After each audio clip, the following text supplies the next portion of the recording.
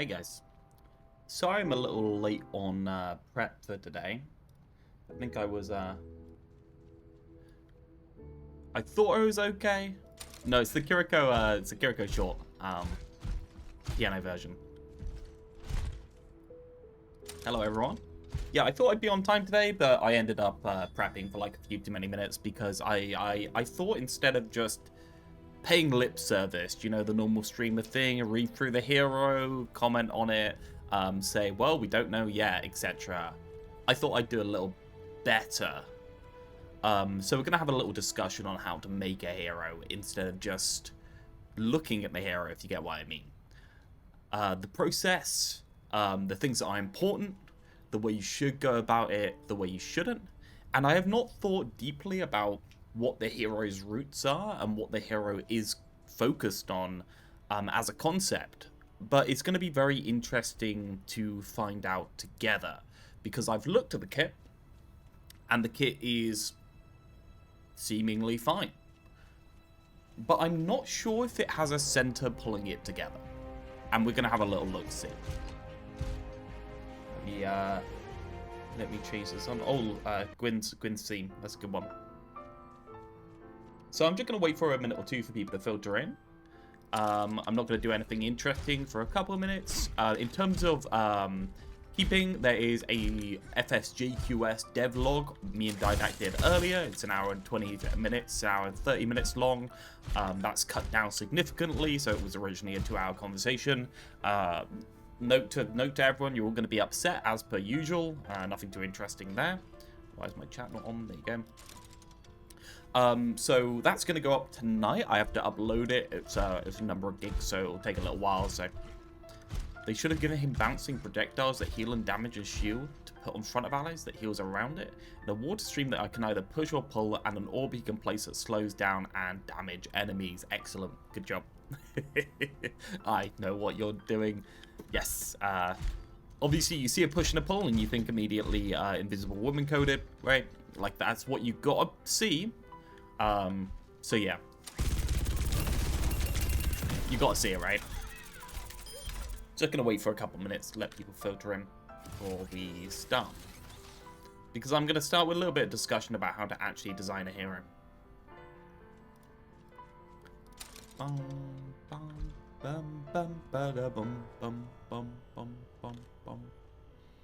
How's everyone's week's been? Mine's been fine.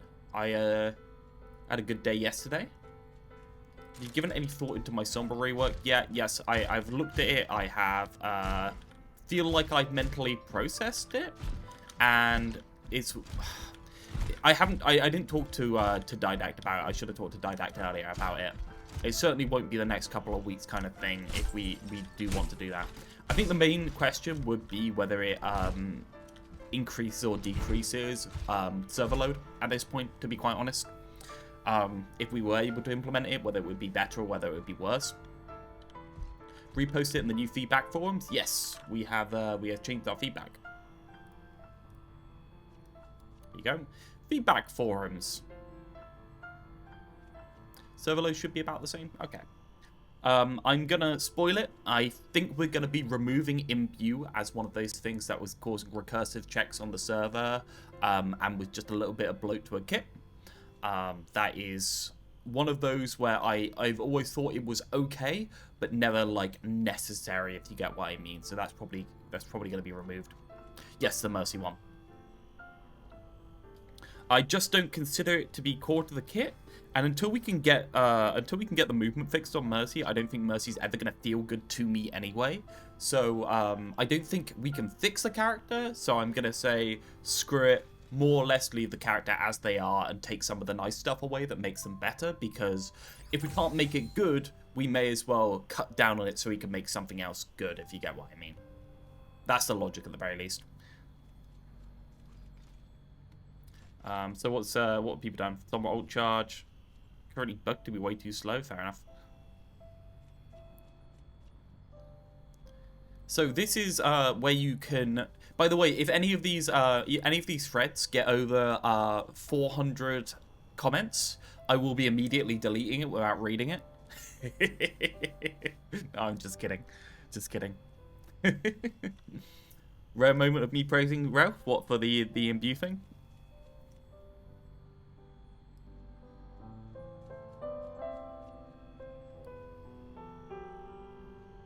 To respond massively to things you don't like. Ah, yes. Just immediately post 500 dots in the chat, yeah, in order to just bump the thread as much as possible to get it removed. Comedy.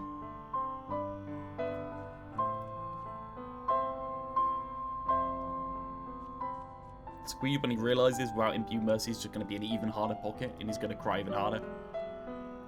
Check the brig one.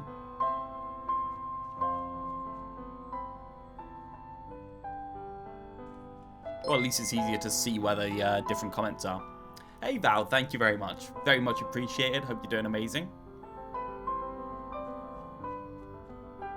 Thank you. I very much appreciate the tier 1. You're very kind. We're going to be talking about Wuyang. I'm going to guess every other streamer has already done it and uploaded a video, and I am late. But, however, this is what it is. It's going to be hopefully better than their conversations, because I'm actually going to talk about how to make an arrow instead of just reading it off and going, wow! Like most people probably have. I don't think I've seen anything on it. Interesting. Is that one slow? Haven't seen much on it yet. Maybe everyone's under DMCA. I don't know how they can be, because apparently it was released in a survey, right? We need to know Frida's opinion.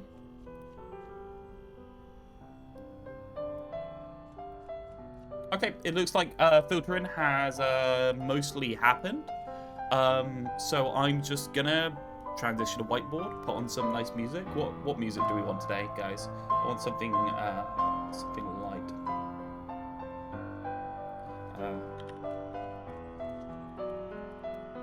A little bit of Studio Ghibli piano. Yeah. Studio Ghibli cafe shop. It's always good. Kiriko song on repeat. Yeah.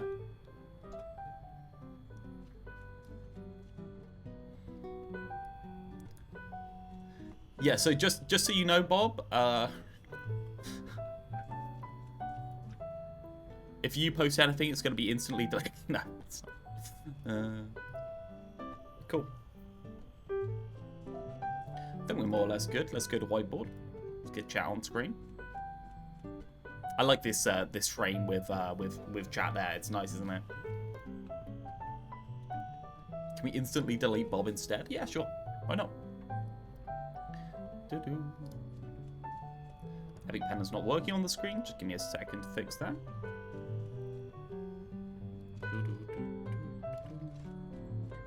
Not you. I want you. No, is that the right one? No. 1? Display 1. Okay, we're on display 1. Okay. Well, it claims to be on the screen, but it's not working. I think somehow it ended up at the bottom of the list. That's how. There you go.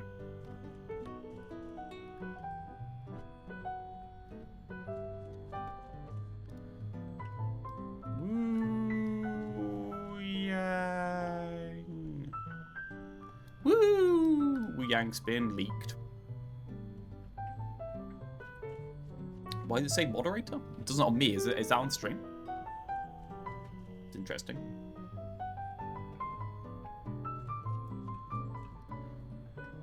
Oh, in your chat. Okay, actually, let's start with some comedy, because I thought this was quite funny, so it will be quite humorous to everyone. Let's start with some comedy.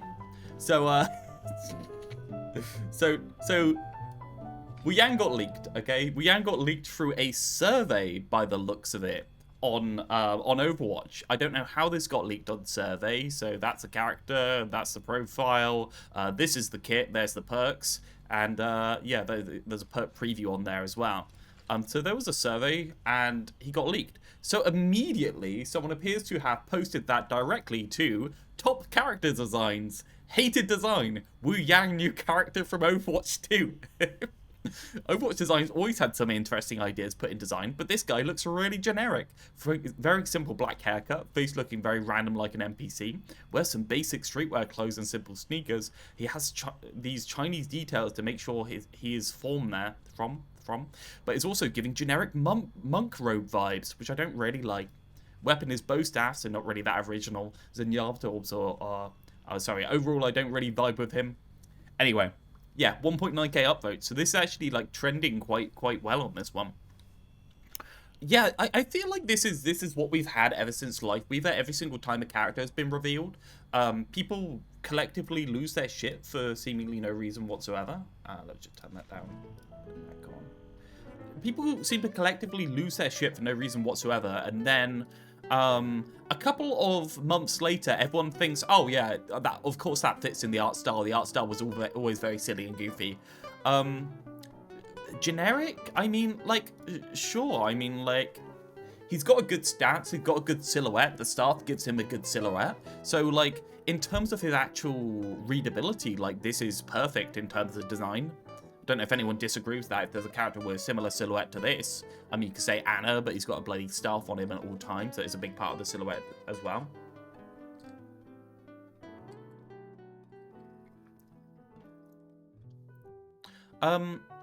His 2D art looks so expressive. I think this happens every time they translate a hero. It happened with all the skins that they were translating over. They never get over 1-to-1. I feel like everything always feels airbrushed once it gets into Overwatch. I think it's just a result of their engine. I think it's really hard to make anything that's feels less airbrushed in their engine. You could cough replace him with Iron Fist. I would not be able to tell. I don't think it's that bad. There were some funny posts on here though. Finally, I can fulfill my dream of playing as John Overwatch. That's not John, that's Yong. Yeah, the face concept is obviously incredibly stylized there, but realistically, is it that much different? I mean, this was a good one. Is this good design change? Cool little fox guy, cool Shinto themed samurai girl, Overwatch design number X. How it just gets more and more generic over time. Yeah, I don't think it's true. I think this character looks absolutely fine, completely consistent with the style. Yeah, like, it's not nearly as cool as Ram, but I mean, you gotta have a couple of humans in your kit. I am a little bit frustrated at the team for not creating some crazy, wacky things, but I'm really more frustrated in terms of design than in, gameplay design than in terms of hero design. I think their hero design's been pretty much on point for ages. We got to get Ram out this fucking game and put it in the hands of someone who cares. Jesus. He looks like if there was a Street Fighter 6 style world tour on this default avatar they put in the trailers. How do you make something look more like a Fortnite skin than actual Fortnite skins do? Sales dipping make a Chinese character or expansion? Yeah, I mean, they do have to, I don't doubt that they're catering to the Chinese audience by releasing another Chinese character, no doubt, but yeah. Wish they had a bit more going on for the upper body so it opens up a bit more design space. Hot Chinese character, yes. Human Genji.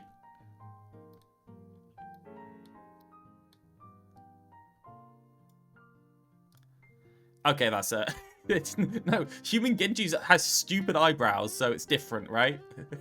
It's just generic male face that's been airbrushed by the Overwatch art style syndrome.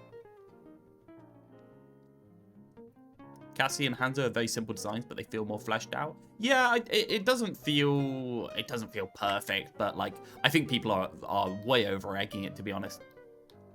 We don't even know what the character feels like in game, or like the feeling of a character is so much about audio design as well. You can't really tell that now. So yeah, I'm generically on the fence about this. I don't think the character's badly designed in any way. I think he's easy to clown on though. Blizzard kind of screwed up by making him so easy to clown on, but it was leaked, so like he was intended to be announced with all of the abilities and sound design. A lot of rushing water, I'm gonna assume, comes along with this guy, but yeah. Yeah, I say it's one more of the boring designs. Anyway, so that's just a bit of fun to start with. How it immediately gets. Man, the Overwatch hate just never ceases, does it? It's just constant. The water on Servassa makes sense now? Actually, yeah. Do you think he gets a buff when he's in water? Yeah, you don't know what the personality is like without the animations. No, 100% no, you're entirely right. Yeah, let's go back to Atlas. No, let's not go to Atlas. Let's go down. Cool, so I want to talk a little bit about what actually makes a hero good in a hero-based shooter and what makes a hero kit good in a hero-based shooter, because I feel like Blizzard have dropped the ball repeatedly and often for seemingly very little reason, when I think there's a pretty common theme to how to create a hero well. And there will be quite a bit of speculation here, because we don't know exactly how Blizzard created their heroes in general. We don't know what order they came up. We don't know what rooted the concept. We don't know how that progressed and how the kit like tied together as time went on.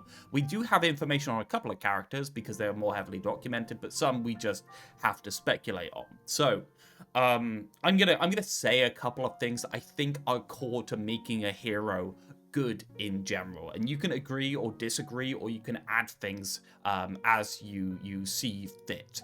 Right. So number one, skill to value scaling. Skill to value scaling. You have to have the character feel like they have something to learn into the high ranks and at the low ranks. If there's not a skill to value scaling on at least a couple of the things, and the things that can normally skill to value scale are like positioning, mechanics, aim in general, game sense, ability to tell flow of the game, things like that. There's loads of different skill to value scalings you can have. You not necessarily aim, but you do need some sort of skill to value scaling on the hero. I think without good skill to value scaling, people get really frustrated. So two is like having really good high-level skill outlets.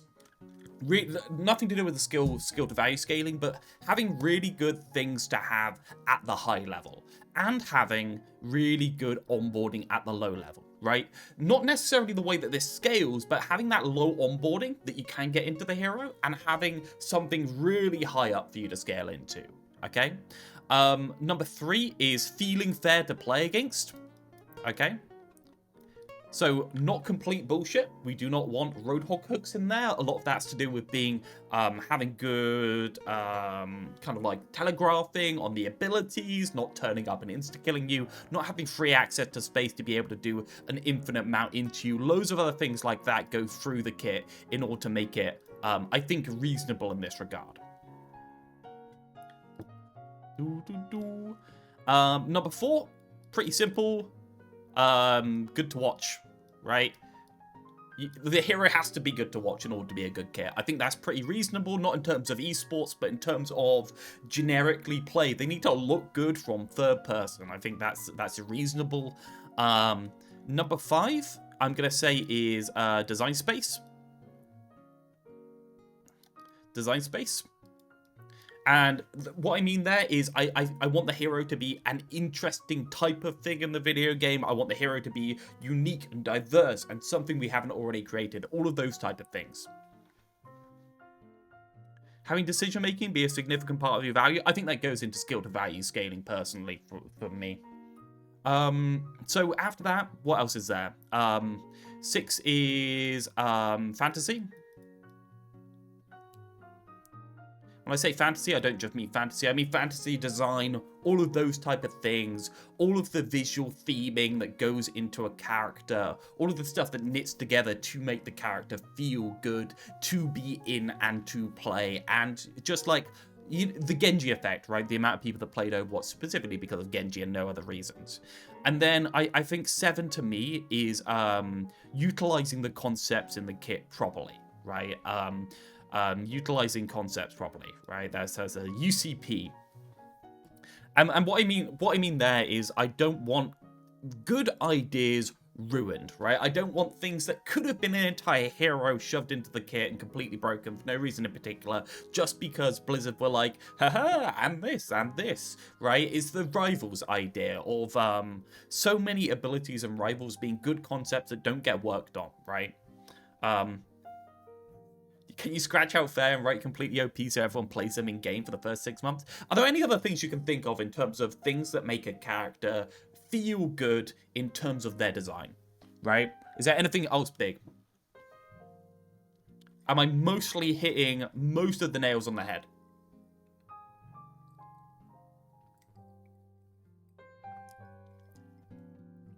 And you can talk about my priorities, right? We have our code. It should be pretty obvious what I like given our code, right? I really value design space. I will always really value design space over pretty much everything else. I value fairness quite a bit, and I try and telegraph abilities where I can. I think I think the character's good to watch. I do prioritize that quite a lot, and I really value not wasting concepts, right? These are the things that I care about, mainly because I can't do anything to do with the fantasy. The skill to value and the skill ceiling, the low skill floor, those are things that I think are fine, and I do value them where I can, but realistically, quite a lot of these, I'm already working with a half-baked kit that I have to polish, so I can't really do that much to them.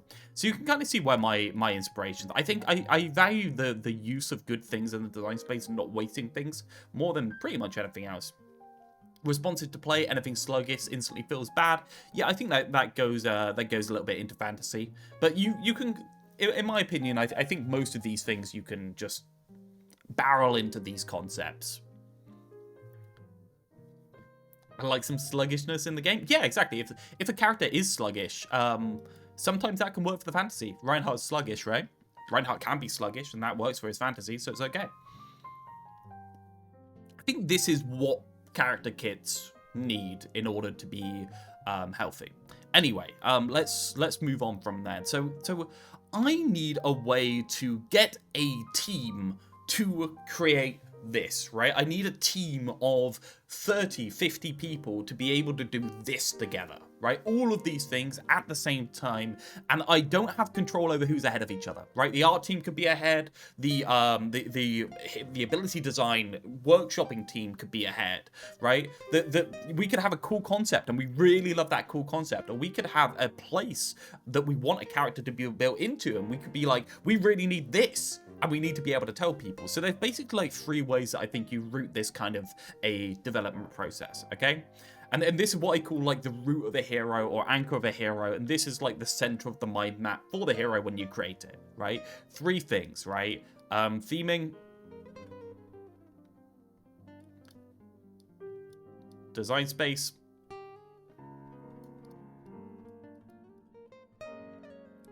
and then gameplay concepts.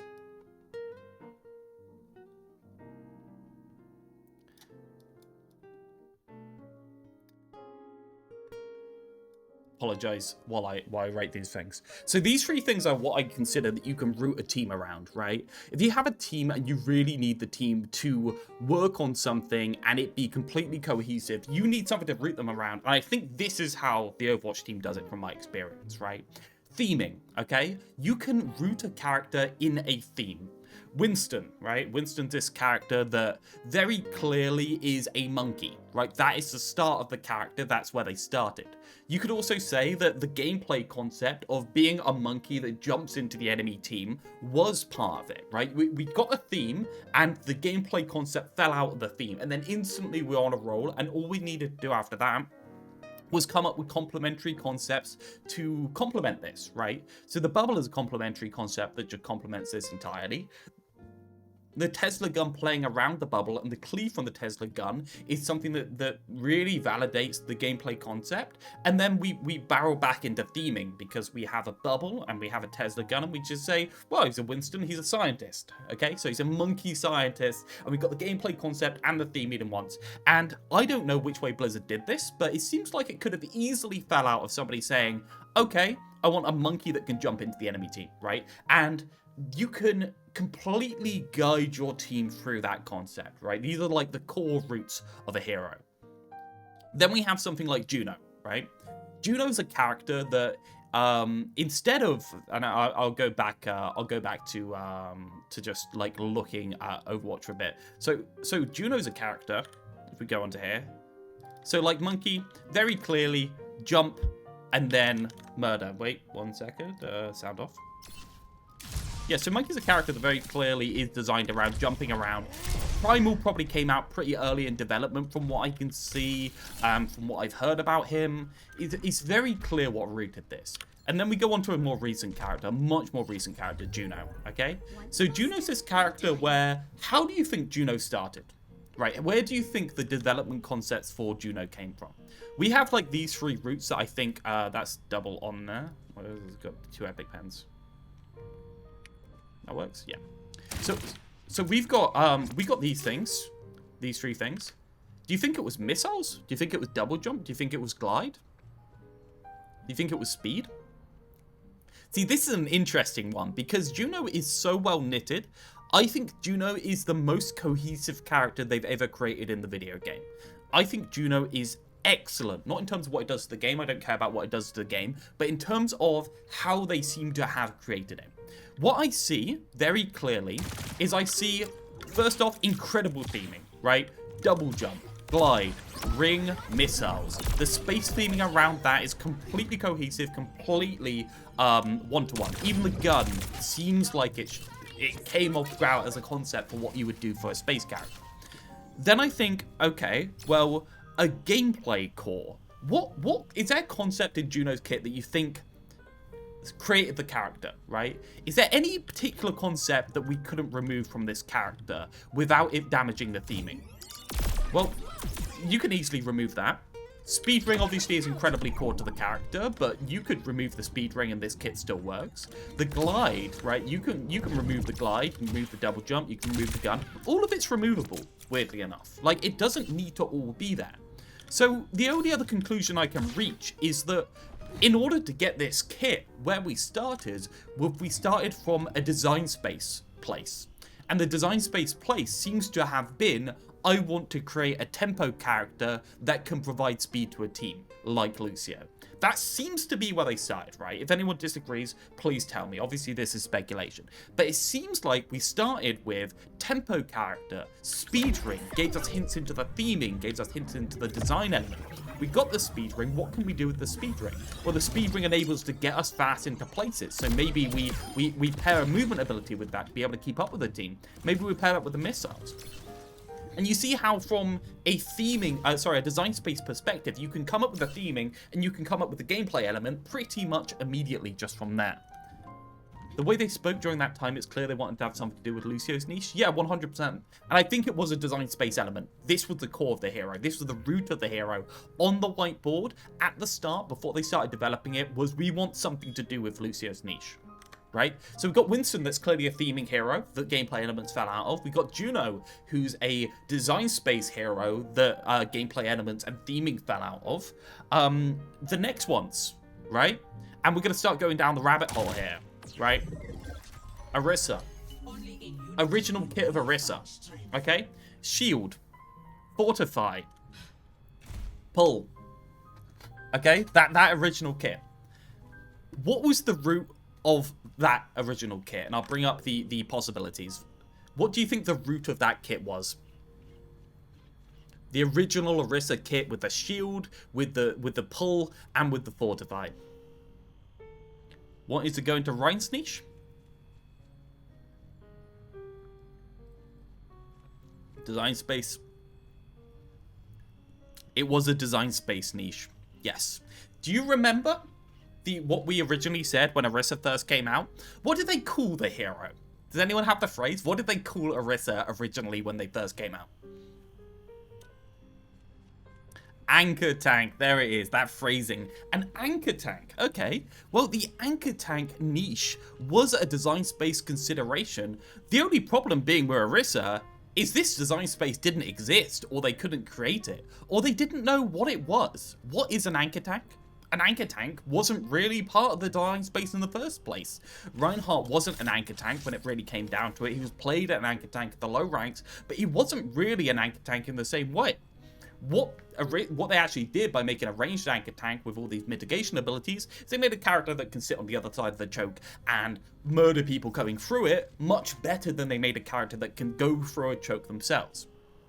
We need a hero for Hanzo to ride into battle. Excellent.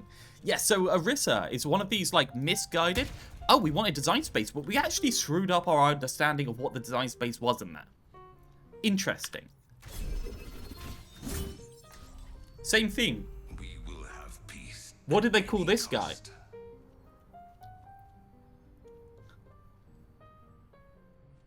And it's a great meme. I love the memes around Ram. What did they call Ram?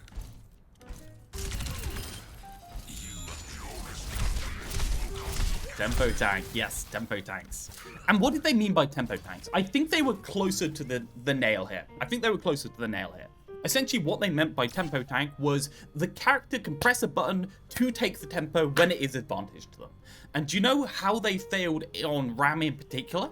If you have a character that can take the tempo without demanding the tempo themselves with their button, what you've necessarily done is you made a character that only wants to take the tempo when advantaged. So Ram only presses his form when he can kill something, and that makes him incredibly passive with the block. So what they actually did by saying, okay, we want a tempo tank, we want them to be able to go, right, really hard, go, is what you did is someone that waits really hard as well. So it's another case where we started with a design space, right?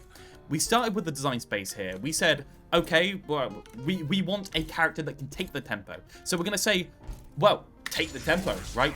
Gameplay element straight out of design space. Gameplay element straight out of design space there. And when they're not taking the tempo, we have a way to hold space. So that very clearly pulls out of each other, doesn't it? But we were a little bit wrong about our design space, weren't we? We're a little bit wrong about our design space there, because by doing certain things, about not by engendering aggression into the enemy team, like with Reinhardt or like with Winston, forcing them to take space aggressively, we ended up making them passive. The same way with Orisa. How did Orisa's shield fall out of this? Well, they're an anchor, so they're shielding. Fortify anchors, so that they stop it. And then they wanted something that can combo with enemies. And I think Holt was one of those things that fell out of it as well, pretty obviously. Would Ram be better without his primary? Possibly. Possibly, but you have to workshop quite a few things. I think the idea of a tempo tank and what the concept was of a tempo tank was mistaken. Okay, so next one. Okay, we're going down a little bit here. You notice I started with good and we're going down. Lifeweaver. What was the root of Lifeweaver's design, guys? Out of curiosity. It's either a gameplay concept. So, for instance, the root of the gameplay concept, I'm going to say here, for Lifeweaver, is this. That's the most core bit of this kit. Theme? Sexy healer? A little bit, yeah. Was that the core of the concept, do you think? I think the core of this concept, and this is obviously speculation, and you can call me out on this, was the design space. Again, this was them attempting, as you say, Nif, to make Mercy 2.0. They were very obviously clear about saying they wanted to make a character that was more similar to Mercy in the same way that Juno was more similar to Lucio. But they failed to understand what makes Mercy good.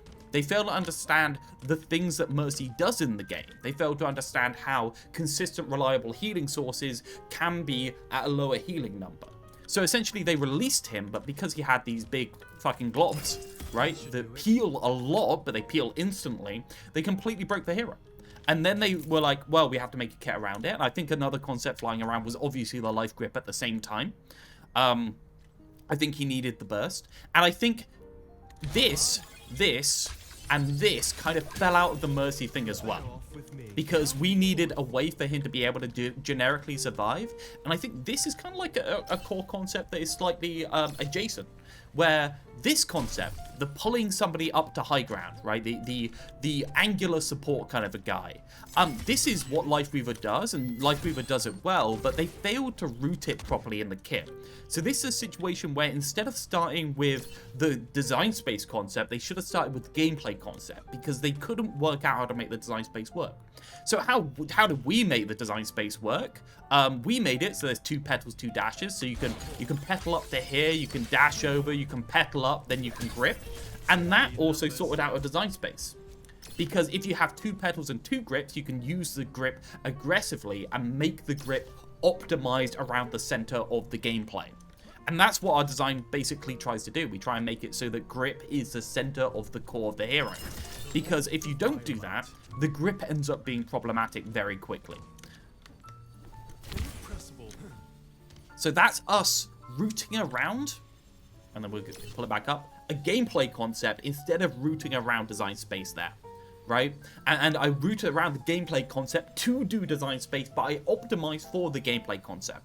And that's why, despite everything, my grip in my Lifeweaver Live is actually a lot more healthy than Blizzard's one.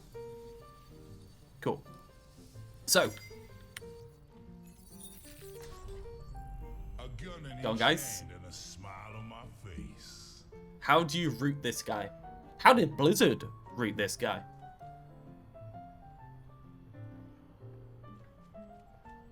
Theming? Theming?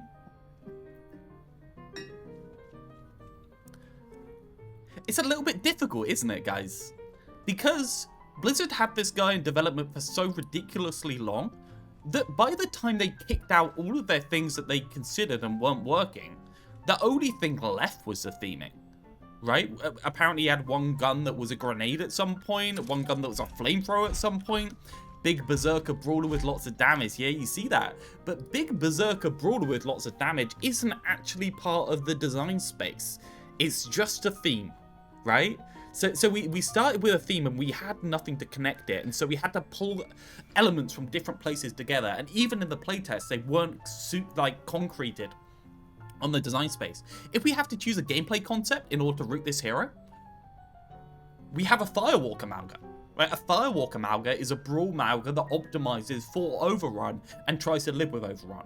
If we try and root around a Poke Mauga, we optimize for the burn effect like we've done in our mode at the moment, which is we optimize to make it so that you can survive independently with all the kit. And basically what you see is as you work down a kit, you're basically picking a core, and that core is normally around your theming or root around your theming, and then you're going tick, tick, tick, tick, and making everything work with the hero as you go down. Then you check for kind of like skill scaling, and then you check for kind of like sharp interaction, but for the most part, this is how you start. Big guy with 2 guns that charges, that was the design for the PvE missions they forced everything around. Exactly. It was the original PvE character, wasn't it? The Mauga type charger with the swords on his hands. Hey Data.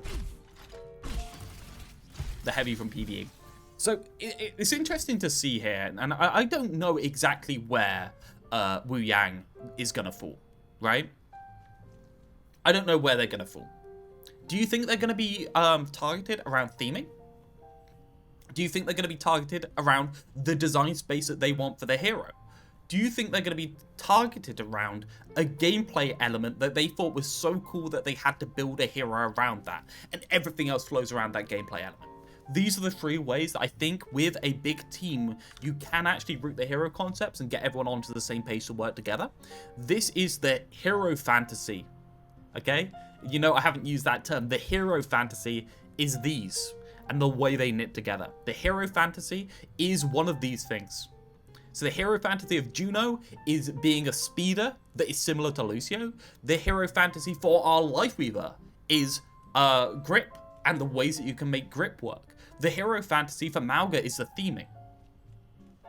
You can have hero fantasy not just be how the hero looks and the hero feels. You can have hero fantasy be a lot of different things. So I tried not to use that word for most of this because I thought it might confuse people. But this is actually how it works. Do you think Blizzard had enough time to scrap hero designs if they're not working at about 30 to 50% of finishing the hero? What do you mean by scrap hero designs? I mean, Mauga was in development for years. In terms of time, I think they cook until they think it's ready. I think Mauga was released in a crunch of them not having heroes from Overwatch 1 to Overwatch 2's release, because what essentially happened was they had to release extra heroes when they had no extra heroes in development. So Kiriko and Sojourn and a couple of others came out real fast from each other. They had to up their production speed, but they already were at max and they hadn't done anything for a couple of years. So I think Mauga was the exception, right? Not the rule there. I wonder if they can keep up with their own schedule currently while being critical on what they release. Yeah, 100%. So you can go through pretty much all of these heroes, and you can kind of like pick out how they were designed. There's only a couple that we're really obvious with, but I want to bring that to I want to bring that to the new hero because I feel like that's a really important discussion to have. So Here's one I found on Reddit. Here's the new hero. Come on. Yeah, here we go. Right. Bless this guy. So they've done a visible. So this is the hero kit. Let's go to Alice. So first off, stat, firing damaging water orb, hold to control its trajectory and empower its explosion. Now there's a lot of speculation on what this is. I feel like this is the most core part of the hero that we don't know right now. We don't know what this is going to be. The perks over here imply that there can be 3 water orbs alive at the same time. I have no idea how that can work. If you're firing, left click to fire, hold to control its trajectory. So you can fire 3 orbs at the same time and then control the trajectory later. Do you have to click 3 times to fire them and then hold in order to control them? Can you control 3 at once?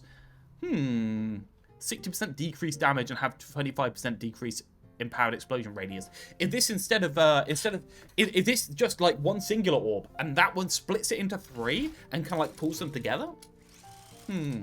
Primary fire sounds like Terraria, magic missile. Well, there's a load of things in game at the moment. Jet smokes from Valorant, right? The way that they arc. I'll pull it up for people that don't know. This is the most speculative way. Did you notice that you can't help the spike with the jet smoke anymore? I'm sure they'll show us in a second. Go towards the spike and throw your smoke straight up. Straight up, and then you can bend it. This way, you will be able to finish your health. So essentially, you can throw it and then move it afterwards. You tap it or hold it to curve? Yeah, it seems like it could be that. I'm not 100%. This is the most question mark thing of the kit, and this is actually what they were hyping up most about the kit, wasn't it? So, secondary, place a passive healing stream on an ally, hold on the target to manually heal at an improved rate. So, we're thinking Harmony Orb. We're thinking how far away does a healing stream have to be before it locks off? How close do you have to be to the character? We're thinking, do you have to be on that angle? Do you have to be far away from that angle? Can you, when you right click to use your resource, to use it at an improved rate, because it appears to have a resource to it, how much does it use? How much does it heal for? Is that good enough to hold up a tank, which is like 80 HPS? Is that good enough just to be able to hold up a support? If damage is not very high, it's a grief to even hold it. Yeah, it might have a cooldown that's long. It might have a 5-second cooldown on each orb, and you may as well hold it, right? Mercy Beam with Iliari resource could be very easily. So it looks like, well, there's one version you can create, right? 30 HPS when you tap it onto them, like Harmony Orb, goes up to 80 HPS when you hold it on them. That's a version you can create of this hero. You can only have one up, though. You can only have one up. So do we heal on main, or do we pocket on an angle? If we can only heal one person, that's going to go one of 2 ways, right? It's going to be we pocket the main tank, or we pocket a DPS on an angle for the most part, isn't it? That's basically how this is going to be used. So, a couple of questions about that, honestly. And they mostly depend on the numbers, like most healing resources. Off-angling support, well, obviously, Overwatch 2 off-angling support is going to be the default, because that's what they create anymore, but you know. Guardian Wave, send a water wave forward that increases the amount of healing received by allies and knocks back enemies. So this is going to depend a lot on cooldown. If we push the enemy team back, that's really good for Peel, obviously. If we heal our team and maybe it looks like we're amping them the same way as Annonade, can we just combine that with the stream in order to really pocket a tank when they're going in? The big burst ability in the kit. When there's a big burst ability in the kit, can that be used aggressively, or will that be used for denial? A lot of questions in that one. Yeah, it's Harbor Wall. It does seem a little bit like Harbor Wall, doesn't it? It does seem a little bit like it. Maybe it's a little bit for smoke at the same time. A knockback to keep your ally safe on the angle. Yes. So if you were on Wuyang and you were playing with an Ashe and an enemy jumps at you, would you Guardian Wave them to push off the enemy? It seems like Peel, doesn't it, for the most part? It does seem like Peel. Rushing Torrent, ride water to move faster and jump higher. So that seems like a movement buff that you turn on. That is like generically, I've turned into a flowy mode. Unclear whether you're able to do things at the same time as this. And that's basically it. Only thing left is the ult. Protect an ally or yourself with water that detonates after a short duration. The explosion knocks back down enemies and massively heals the host target. Okay, so I find this exciting. I don't know if anyone else finds this exciting, because this is one that I've been asking for fucking ages, but as an ability instead of an ultimate. It's a bit shame that it's an ultimate. I've been asking for a buff that goes on a Winston as he jumps in order to be able to AoE once they get in. That sort of stuff. So it looks like you put it on the Winston jumps in, they all blow up and get knocked down. That sounds fun, honestly. Can you tell me your thumbs up or down for the character so far? I think most of it depends on numbers. The primary has... It's a little bit speculative how that works in terms of numbers. There's not enough information to tell the primary. The secondary has a couple of different ways it can work, but for the most part, it's going to be off-angle pocketing. This is peel, for the most part. Looks like it's going to be hard to use it aggressively unless it's with a tank's aggressive push. Even then, you're knocking back enemies, so hopefully you don't hit them. And then this is just mobility. So Tidal Blast is probably the most interesting ability I've seen in the game for a while. That's my personal thing. It's such a shame it's an ultimate. I'm so unhappy that it's an ultimate, but it seems interesting. Character design? It's hard to tell. It's hard to tell. I think so much of character design goes around theming and sound and visuals as they flow in the game. You can't tell shit from this, I'm going to be honest. You can't tell anything. It is what it is. I mean, sure, it looks generic. It's got a good silhouette, though. And a good silhouette plus water theming might be good enough to really, like, bring the character out. I think a lot of characters look very flat when they first get released. And sure, the face looks generic. Is what it is. Love that ult. Also agree, I wanted it to be an ability. Yeah, 100%. So the perks can tell us a bit, though. Okay, so here's the perks.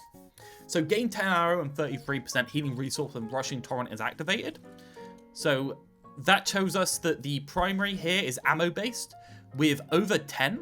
So possibly are we holding... Is it instantly casting? Because it seems like a 10 extra is a lot of extra ammo, right? For the primary, don't you think? That's a lot of extra ammo to put into a primary. 33% healing resource tells us that this one is holding the target to manually heal, but that's going to consume the resource, so that's basically knitting yourself together. So say I'm going to press shift and... Oh wait, it's when it's activated. So this is clearly a cooldown. And if that's really a cooldown, then this is basically a pseudo reload at the same time as using your movement abilities. Interesting that. 10 ammo, 30% healing resources tells me, or at least implies to me, that the ammo is going to be like 20, right? Or 30, right? The total ammo. Because it's going to be approximately in proportion to the healing resource, right? Approximately, surely. So it's telling us about the ammo in the staff. Activated feels like an intentional difference between active. Yeah, it does feel like it. So this is probably an enhancement cooldown that buffs you. It's a lot of ammo, but you use more of it if you charge. Yes, so are you using more ammo by controlling the trajectory? Could you charge the orb? Is the orb like getting bigger over time as you use the ammo, kind of like a May right click kind of thing? That's a couple of questions there. When you deal damage with water orbs, increase restorative healing streams passive healing by 40% for 2 seconds. Doesn't tell us anything, I'm going to be honest, just tell us that it's got passive healing. We already knew that. 40% is reasonable, but yeah. I think it's a sim orb. Very hard to tell. Yeah, sim orb would be the analogy there. But it does say hold to control its trajectory. Doesn't say whether it can be held to charge before that, right? It's not clear whether it would say that. So ebb and flow, Guardian Wave rewinds to its starting location, deals 50% decreased damage while rewinding. So you basically double up on your wave. So your wave's going to go out, then your wave's going to come back. Questions there? How far does wave go out? What is the bonus of it coming back? Is that just a complete turn-off in terms of peel? Can you just turn off enemies by pulling them back in as well? Is that one of those that you're going to use on the enemy tank? Knocking them back in? Yeah. That's really interesting. Does less damage, so it's not OP. The damage is clearly purposely there because double hitting them with it would be quite a bit, so that's clearly doing a reasonable amount of damage. Interesting that they don't mention the damage in the Guardian Wave, so it does damage to enemies and heals allies. Didn't mention the damage. That tells us that definitely doing damage at the same time.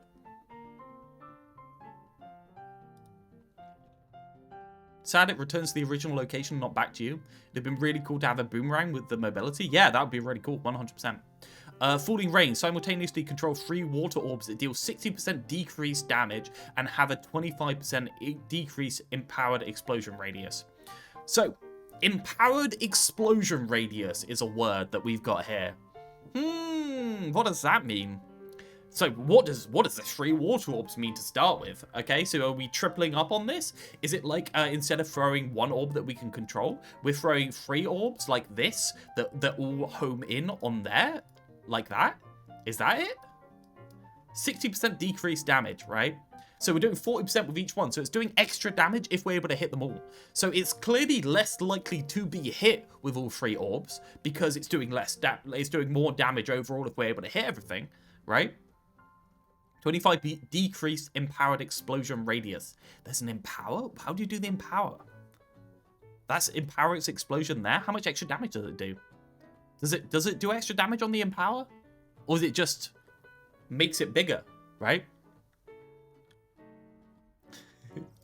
Less likely to hit all, but more likely to hit at least 1. Yeah, 100%. It looks like it. Yeah, this is the scrub thing. Another interesting thing here. These two clearly synergize, right? When you deal damage, control 3, because you can hit them with an orb more often if you're going to throw 3 at the enemy, right? You're always going to be hit more often. Anyway, there was this Reddit comment that I found quite funny that I'll just bring up. Star, fire a damaging water orb, hold to control its trajectory and power its explosion. Shoot orb, control with mouse until it collides. Sure, why not?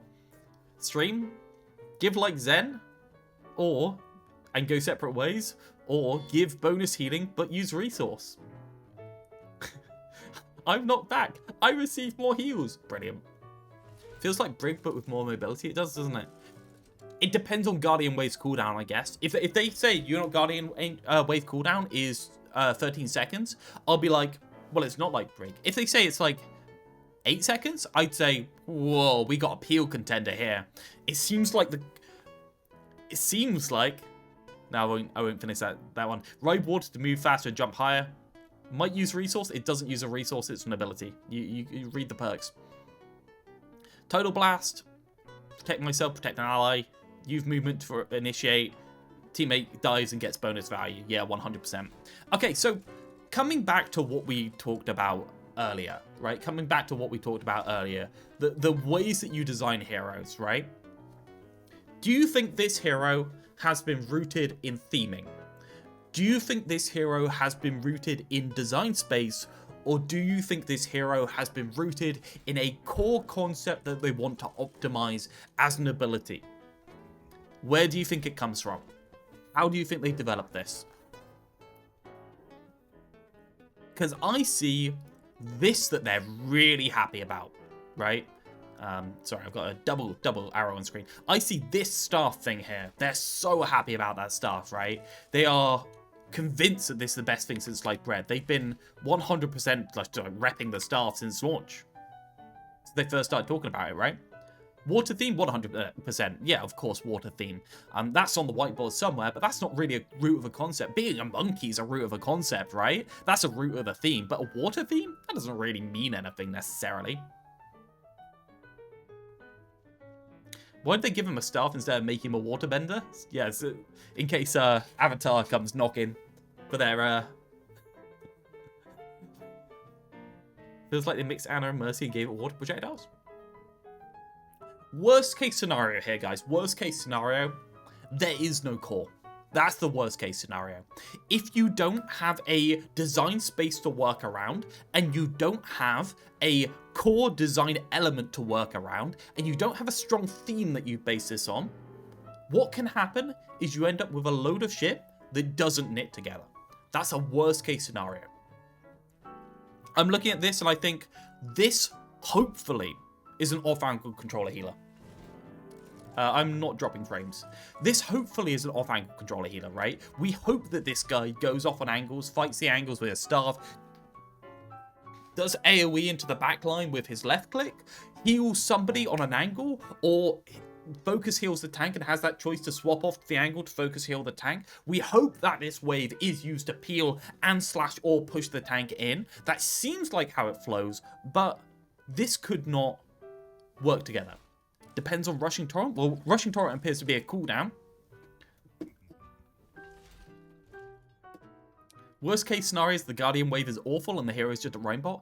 I'm really, really worried that Guardian Wave here will not be strong enough in terms of a knockback to be peel, or it will have too long of a cooldown to use it exclusively as peel, or it won't matter the peel. I'm worried that the knockback is going to be too strong. I'm concerned that divers, maybe this is just the ultimate peel tool. Maybe that's it.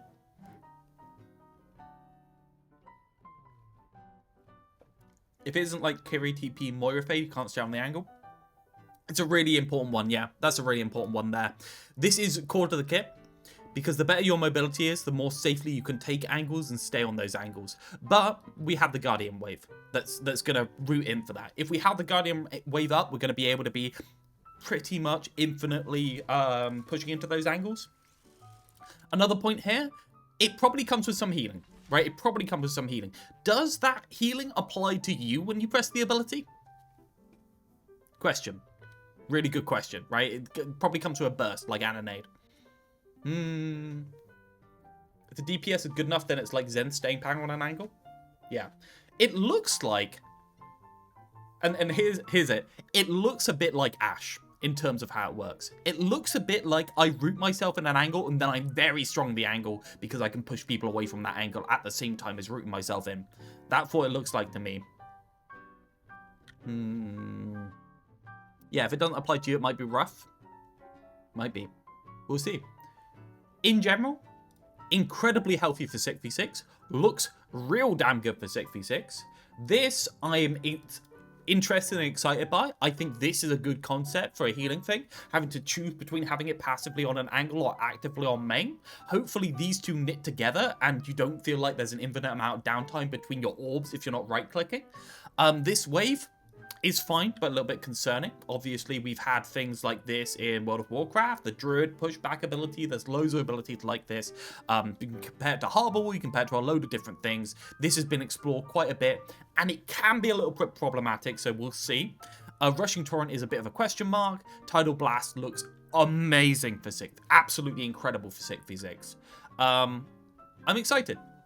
I'm genuinely excited for a hero for first time in a very long time, and I don't see how it could be overly problematic. There's no red flag here, aside from the fact that this might not knit together, right? If it's got the range of Harmony, it's great. Yeah, 100%. The range of passive healing is something we need to know. That's gonna change the use case quite badly. If it's lower, though, maybe you just go on the angle with them. Maybe that's better. Basically exactly what I expected, except I expected him to be a pseudo melee support with a staff. Yeah, the staff's not really doing anything, is it, apart from making water orbs? Yeah, it's not really doing anything apart from orbs. That's mostly where I am. I'm excited about it, though. So my one concern is exactly where rooted this kit, right? Where did the kit get rooted from? That's the one concern. I don't know where. Hopefully it's from a good place. Yeah, maybe look at it more like a wizard staff and ignore the martial art theme. Yeah. Well, it's not clear there is a martial art theme, apart from generically monk-themed stuff and being ripped. I guess the staff is quite martial art themed. Can't put a quarter stealth on someone without it being. He's athletic, I guess. Spilo physique? Question mark.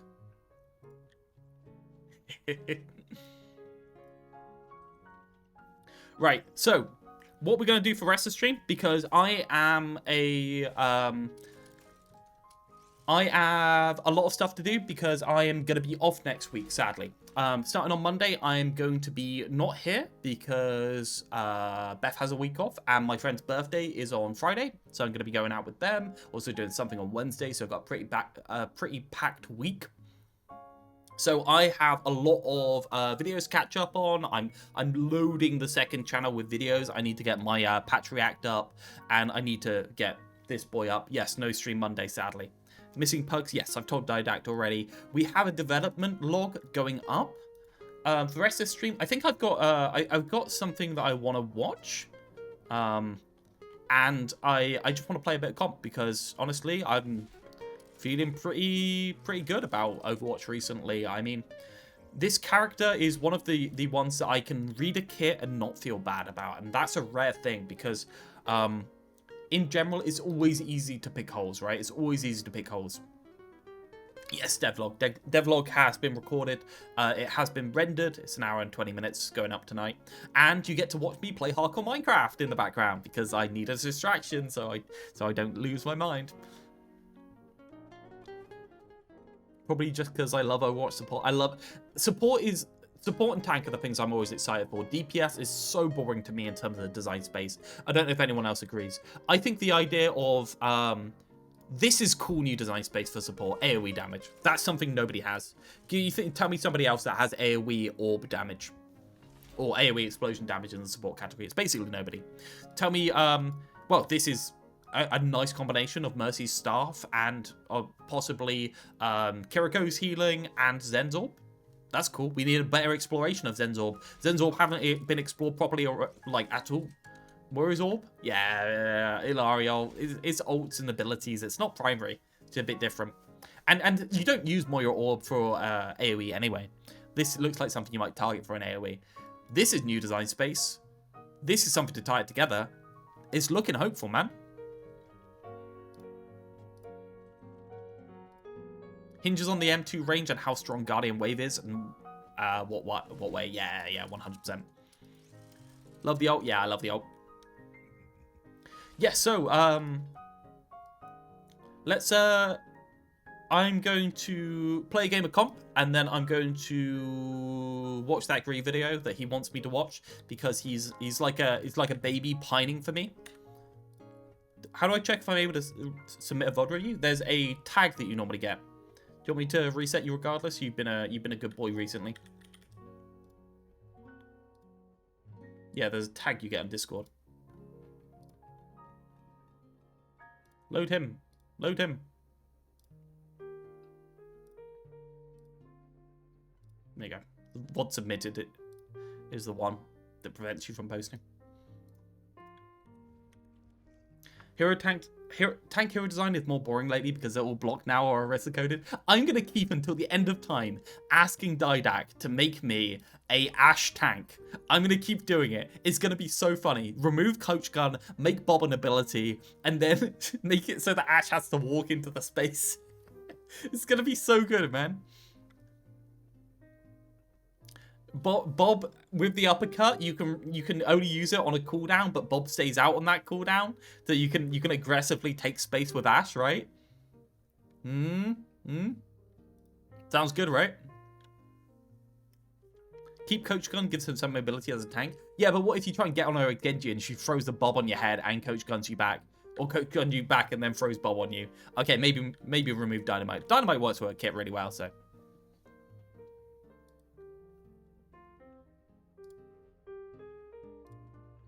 We love Realth Cord. What? I really should have more actively moderated my Discord earlier on in my my cycle, shouldn't I, of being a content creator? Because it is currently so degenerate that there's no pulling it back without banning half the people on the Discord. But if I just like banned one person to send a warning shot earlier, I would have been absolutely fine, wouldn't it? Yeah. A tank that uses a second body to tank would be very cool, actually. Yeah, 100%. A poke character that tanks with something else so they can force themselves into space. We've never had a poke character that can force themselves into space before. You notice that? That's interesting design space. Can we finally make an Echo support like a character's visual design suggests? We could. It's a lot of work is the answer. I don't think making an Echo support is a strong enough theming or thing for us to go for. Remember, the ways that you design, right? You either design for a design space element. Echo support ain't design space. You either design for a gameplay concept. You ain't got no gameplay concept. Or you design for theming. I don't care about the theming of Echo support.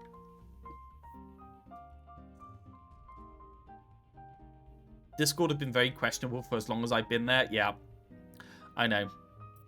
I know. You fostered this community with your incredible hatred towards Frito? I don't think I did. I don't have a hatred towards Frito. I quite like Frito.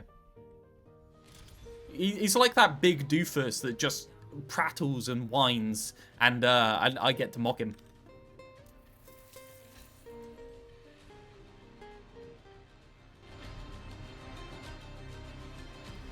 Realth's Discord is pretty decent in comparison. Yeah, I think it's a bit of a you get what you give kind of thing. You report the traitor, but you don't avoid me. What's happening? What's my push to talk button? Control center.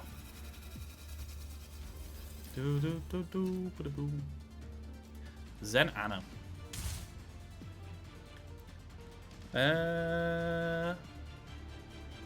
I want a tank.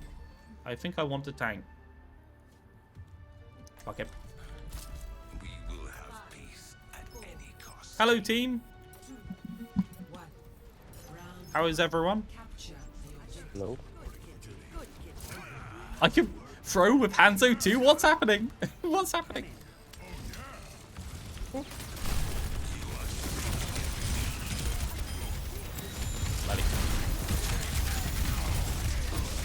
Oh no, it was not go time.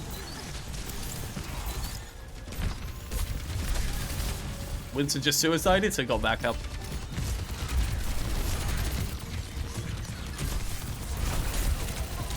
Yes, murder him. Get the sim. How did they live? No way they live. No way they lived that. No way.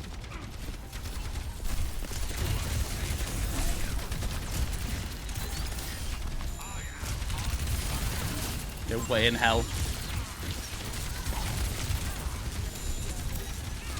The Winston is back again.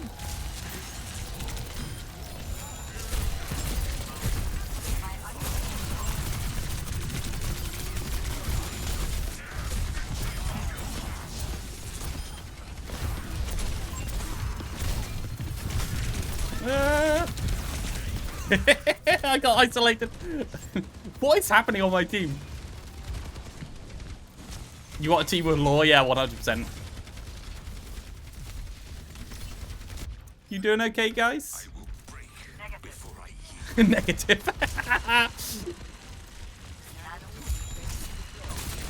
Guys, I really didn't want a team with law. Ah, I tapped out. Okay, I sped there. I tapped out. Not my fault. Somebody else's fault. You know how it is.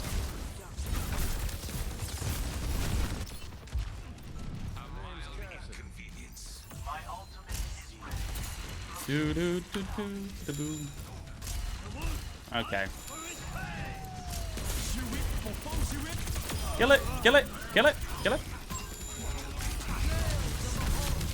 Ah! Okay, I really need to fix this tabbing out.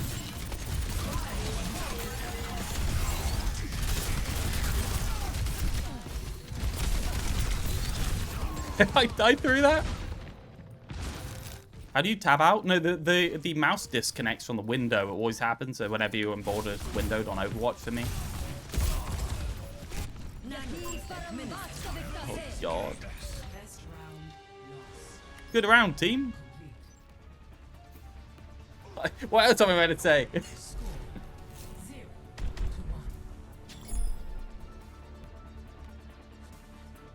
Okay, well, it is what it is.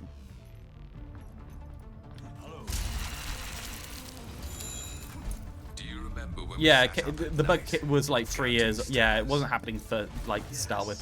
I seriously doubt this is going to be my map squeed, honestly.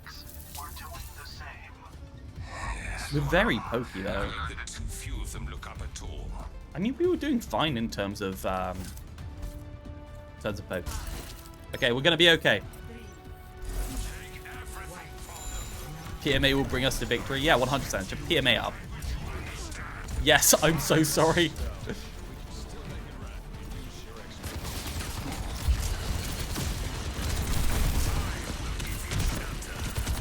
No, Soldier died.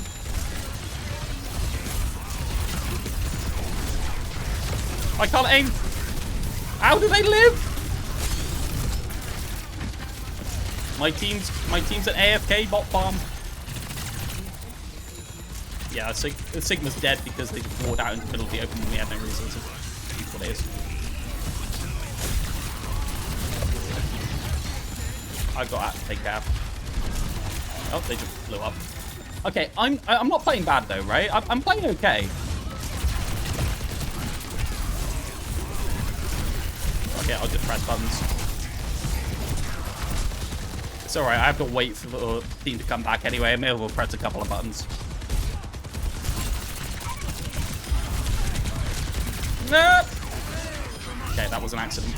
Go, go. Go! I'm on 160 health!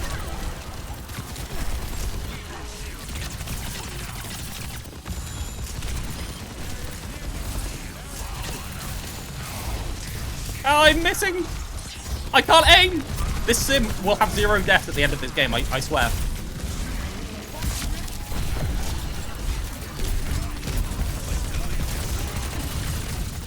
Cool. Brownest Vortex upgrade.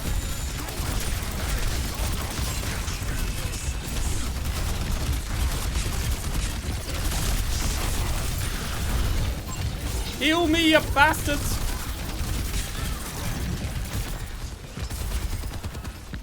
Okay, we made space. Okay, that's gonna be a good, that's a good vortex. Man, this is a grind. What a grind, man.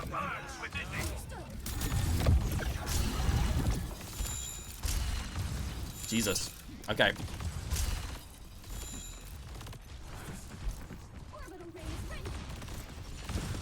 I don't think I've had such a struggling game in a while.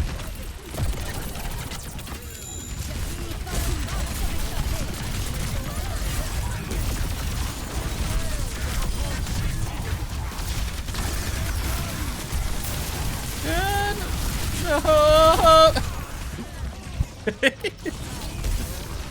Supports a misuse, too good at dodging. I had to touch point that. Anything fast to come back on?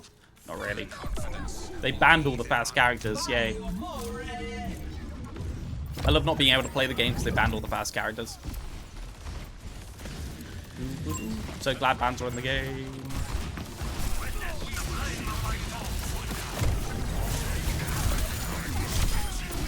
Okay.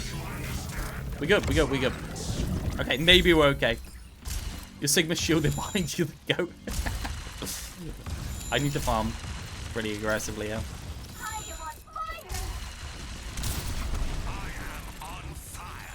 Get a TP point.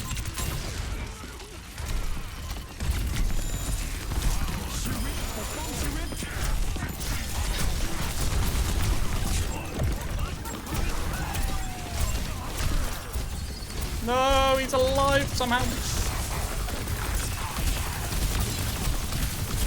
How's he alive?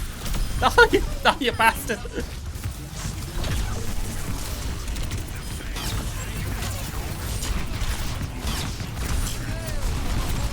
No, oh. No way, no way. No way. Zen died to something. I don't know what he died to. There's nothing to swap to that's aggressive. I guess I go Winston just to do the last contest. Because I can guarantee a touch. I'm just gonna jump there. Oh, that's half my health.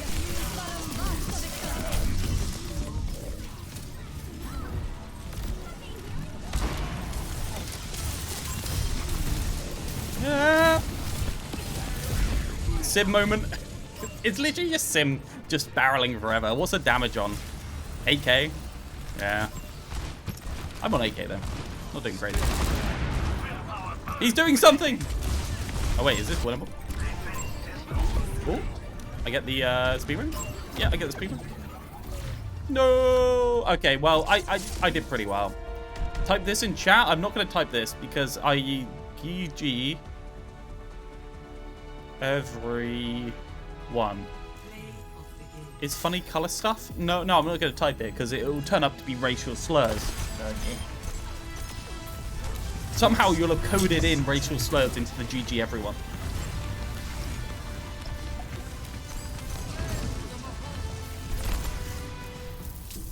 There'll be like hex code for a swastika symbol or something like that.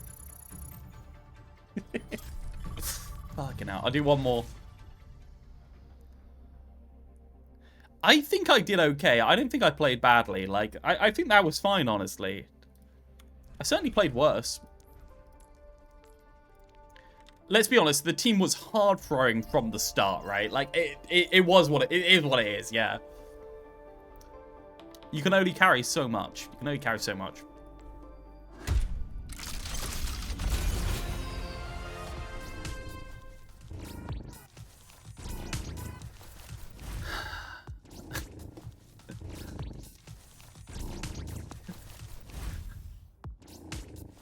Alright. Alright. Thank you, Blizzard. Thank you, Blizzard, for that one. I don't like that highlight intro. Don't blame your teammates, just get better. They were telling people how they're going to troll from the start. I might play Hanzo, actually. Hanzo buff came in. I've been a Hanzo player. It is the best one for Mercy. It's a shame you never get a highlight intro for Mercy. I'm going to go get some ice. Don't break stream while I'm gone.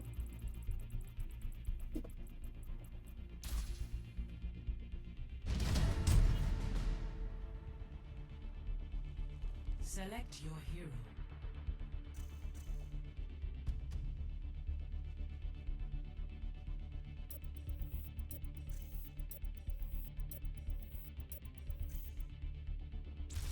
Choose heroes to ban.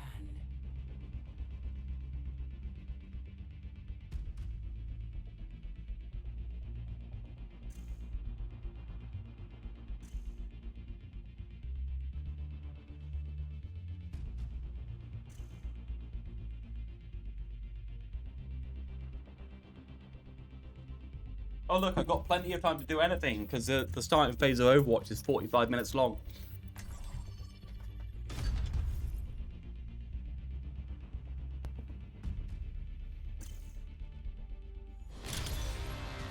Now enter King's Row.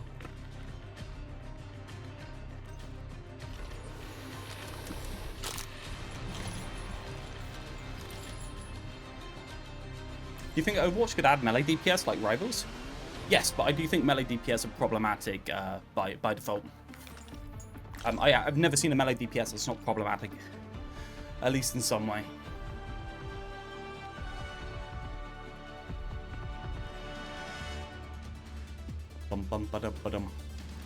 Well, I've never seen a more throwing team comp in my life. Anyone else?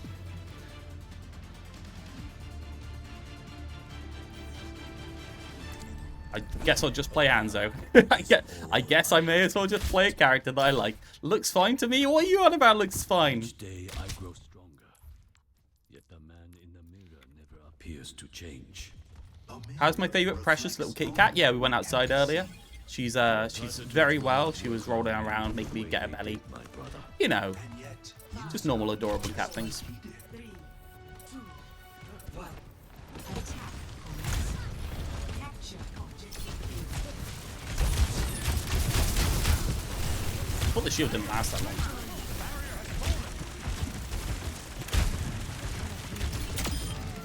Boing.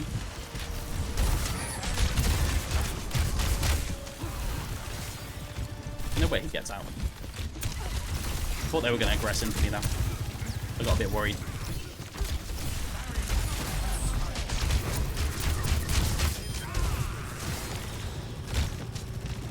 I'm angle maxing. I'm angle maxing.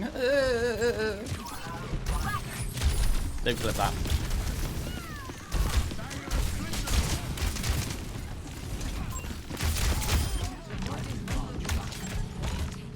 Practicing for Pugs, unironically. I actually really like Hanzo, always have. And that's how you know I'm biased on my rework. I'm gonna make him really good. Said a few months ago that Magic and Rivals is the best design melee DPS in that niche. Yes, I do think that's true. More so because she acts as a pseudo tank than she does act as a DPS when she's being healthy. I think her ability to insta-kill is still problematic with her combos, though. I think the things that actually make skill of the character are the combos and the melee cancels and stuff like that, and I think that's problematic. We'll focus on this one.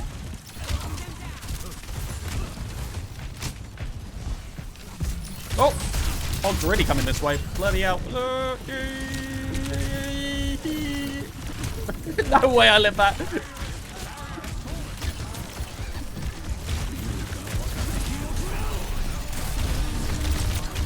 No ram.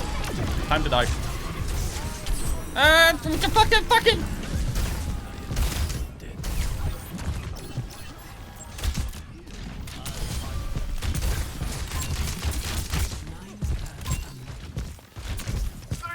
He just lives infinitely. No. Leave me alone. Leave me alone, Hog. This Hog's just living for days.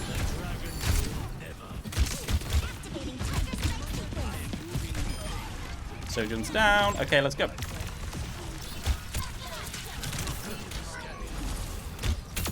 Got him. He may not die, but he's being affected genuinely, yeah.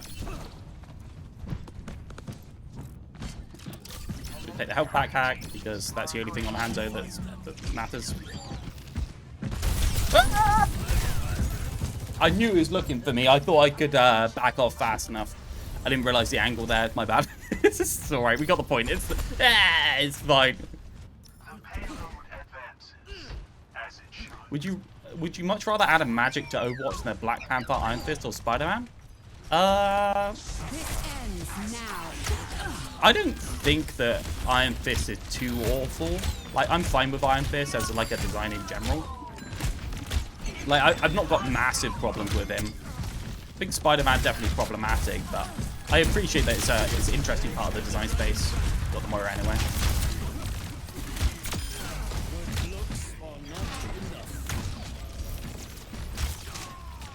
We go wide. Do they know I'm here? Don't know I'm here. We go high. I'm sonicking that way, so I know where the Widow is.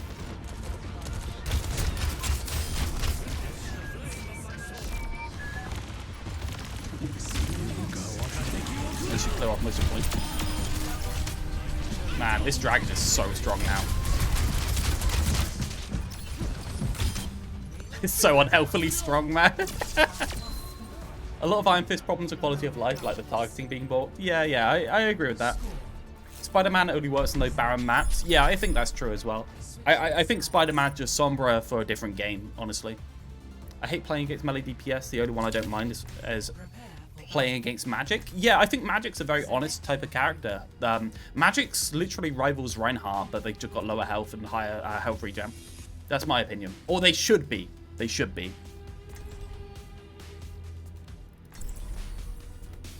Sorry for doing bad at the end. You did fine.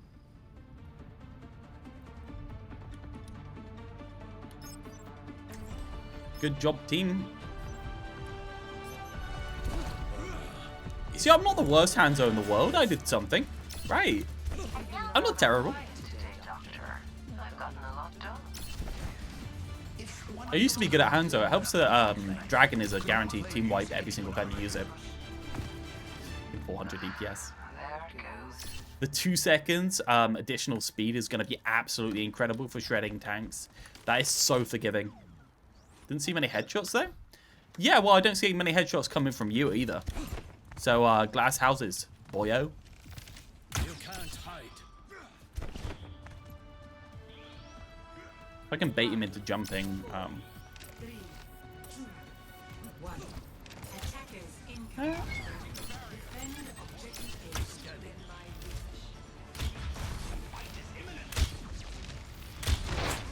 A. yeah, piss off. Everyone talking about my rework being able to hate on shield too much. I don't care about Widow. Widow, fight me. Hit him! Hit him! Flick him! Spam the angles! Don't aim at anything. Just aim at a general area.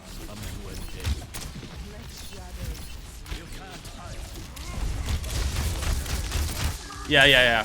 It's so much more impressive for me to be able to just instantly headshot the Winston straight after than it is for me to have to mark him after my rapid fire when I use it on shields.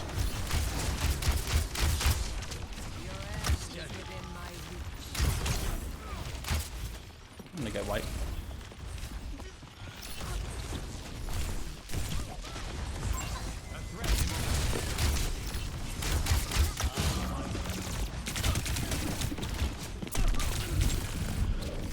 I need some healing. Somebody fucking help me! Are you all AFK? Oh, they're all AFK, mine. I got Harmony over there, though. I do a lot. Melee DPS have way more polarized matchups than Genji or Tracer. Press your X key? I don't know how to communicate. Yep. No, I got it. Nice to get the health back, though. Tracer dead, Sigma dead, Panther dead.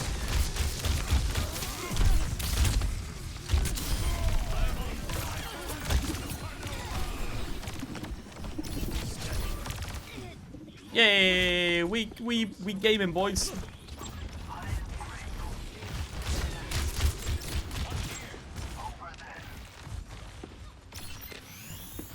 I am restored.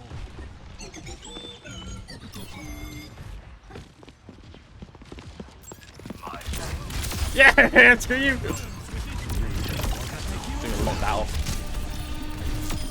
He drops. I get health back. No! Somebody do something! My team's AFK! Oh, somebody do something, please! I got the Tracer and I got an accidental dragon kill by shooting it vaguely at the enemy team, so I got value.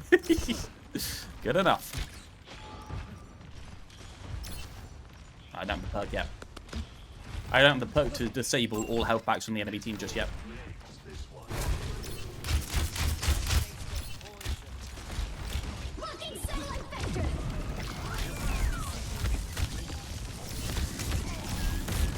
He's looking at me. Oh, I thought he was looking at me. I don't know what that Winston's doing, man. Sigma was looking at me, but he's not anymore. Nice. There's a health pack. 30 seconds is a long-ass time, though. I've got a farm here, because I'm 40%. That's close enough. 30 seconds remaining.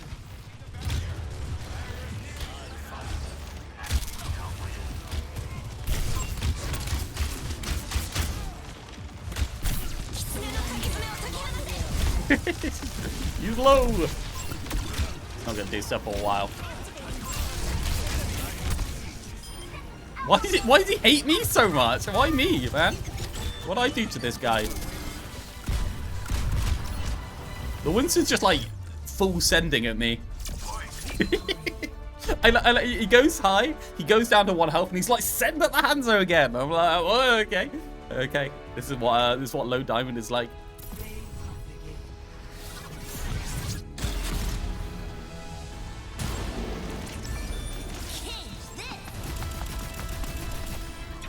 Hanzo with the guy that broke his glasses. I don't think that's true. That might be someone else.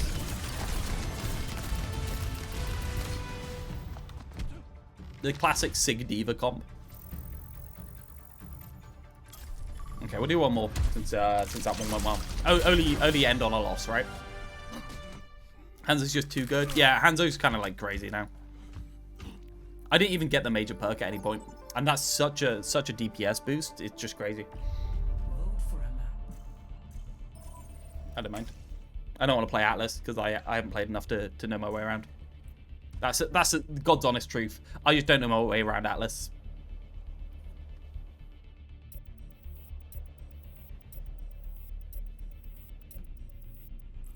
Atlas is finally fixed? It got fixed a couple of weeks ago. Yeah, I think it got fixed on mid-season. It's been a while. Select your hero. I'm still just really upset that the 6v6 can't get independent balancing, and the balancing that they have right now is so boring for tank. If they just had like shorter tank cooldowns, I feel like this mode would feel so much better, regardless of the DPS passive. So it's like those things stacking up together to make this feel less good than it should be. 3 people want to play tank. Should we ban Zarya? Banning Zarya. I'll just do the trusty to Doomfist Sombra every single time. Is Atlas a good map? It's very well themed. It's beautiful. It's really good. And the redesigns for a couple of these maps, New Junk City, you'll see the redesigns here, are really cool. Yeah, it's very deathmatchy, very close-knit, very interconnected, and it can be very oppressive because of that if you're losing. I have 0 drop frames again, by the way, random. Yeah, one of the prettiest maps. Each individual point has different music for it. It's so cool. I love it. Yeah, it feels really bad in 6v6. It feels a lot better in 5v5, which is just kind of sad. Peak Overwatch 2 map design.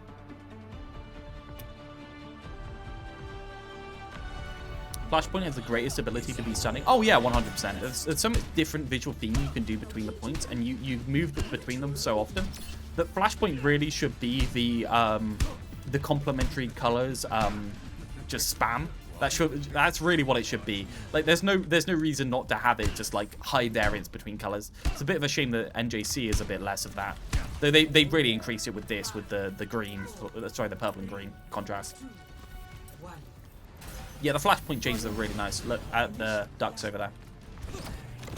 This has been reworked, this little bit here with the cars outside. That whole section has been reworked. Look at me. Anna, you sweep. I don't want to go wide yet. Give me up. Okay.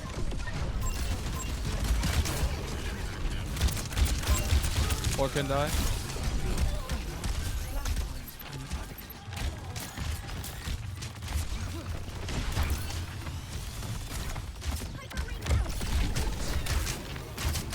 Oh, that's still one. Fair enough. Can't complain. I should have gone wide. But they had balls, so it's really... They had ball Doomfist, so basically you can't ever take an angle against it. Yeah, it's a smaller map and people aren't used to it. I do feel like the smaller maps do play worse in 6v6 though, naturally. By pure dint of being smaller. Going to slam here. 3, 2, 1. It's really peeking into me. Anna, no sleep. Oh my god, that just vanishes you.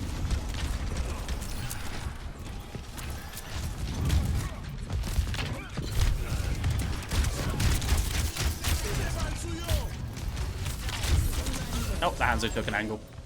Can I have Yeah, my team's on flanker Bull in the Diva team and they're not instead? making aim space whatsoever. I don't need you sitting on the door. I didn't need you sitting on the door. It is not my I'm at 90%. I'm just gonna go Tracer for it. I think Atlas is fine. Prefer all the deathmatching. Prefer out of all the deathmatching maps. Fair enough. No problem with that. Oh yay, Bacon's already up. Anna, no sleep. She's one. What? Do this moment, do this moment, do this. No nade. This moment. Well.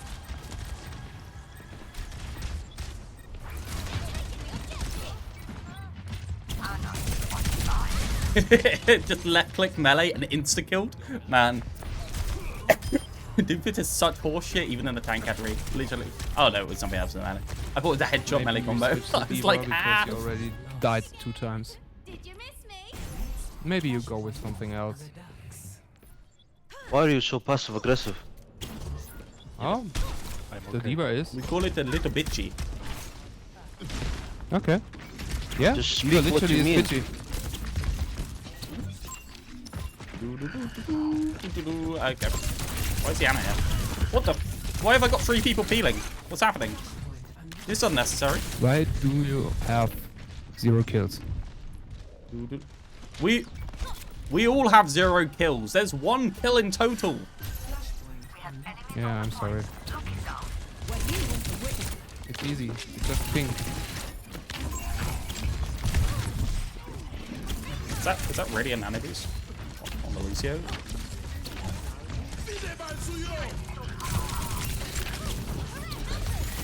Can we point? The ball, Yeah, it's please. very hard to do things here. Why, Anna? Why? Because we need to play with the team. You're allowed. What team?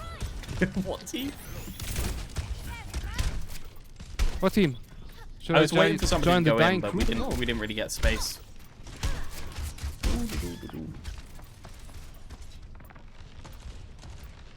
It's not my fault.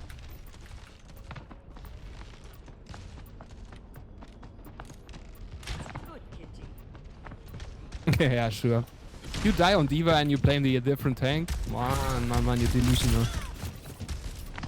He's not really doing anything. I'm just waiting for him to actually make an engagement. Oh, there's his slam 3 minutes later. I can't do anything to that slam. Hanzo's just marking. Salmon? Nope, no went in. Back up to the top. I can't aim.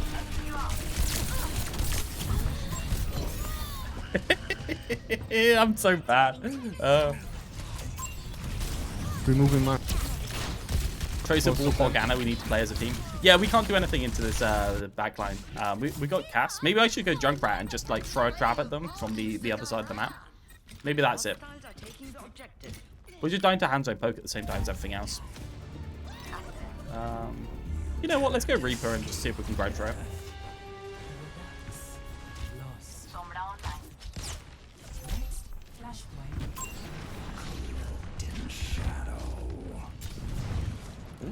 Okay.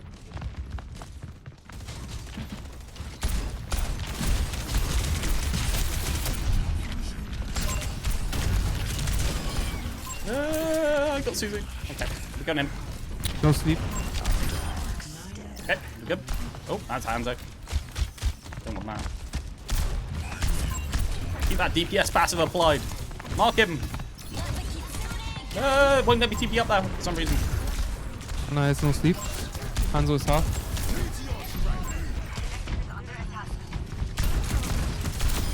Okay, well, there's a kill. Maybe Reaper is cool. You have sleep. Yeah, she does have sleep. Well, I've got shift. Save me, save me. Leave me alone, doofus. Why me? Okay. Sure, I mean, reload.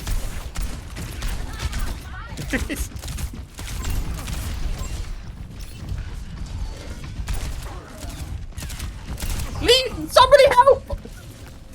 They're just as both supports are just fucking healing nothing on me. I need the range. Hanzo too strong without needing great aim requirement? Yeah, there's a lot of spam you can do. Watch this location. Know what the TP do. This angle should be clear, but it's not. Oh, well, that's the average reroll. Okay, Simon. I'm coming. I'll be there eventually. Oh, I thought somebody else would shoot the thing. I couldn't look up to it. Use an X key? Why would I press the X key? They should know. Diamond.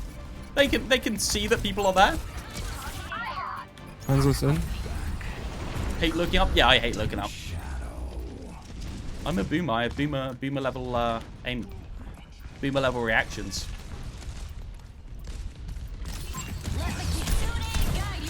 Mine's on point.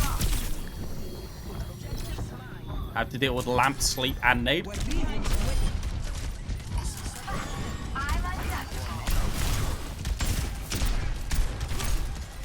Pushes me into I still have the benefit of having 2 tanks. Oh.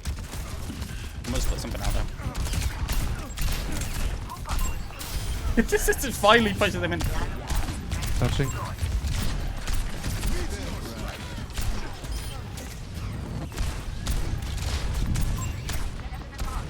Oh my god. Ball Kill is him! low.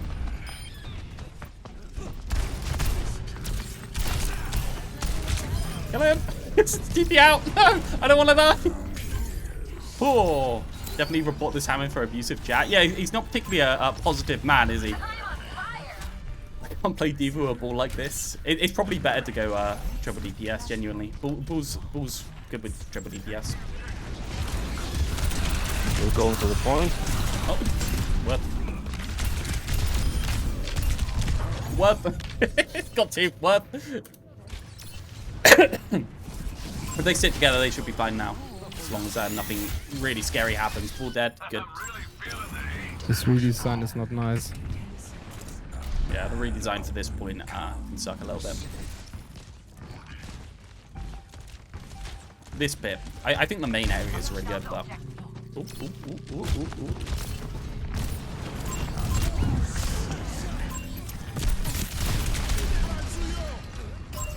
Hanzo's one. Worth it.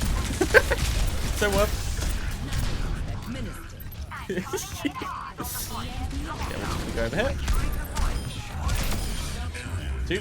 Mine's on point. Watch out, there's enemy mines as well. How did these not blow up each other? I swear these normally like just completely destroy everything. Always greed. Always greed. The right click is actually crazy. Yeah, if you can hit it. If you miss it every single time, it's not great. Hanzo definitely got to come this way. Just listen. I'm really feeling the heat. Oh, Hanzo dead. Go.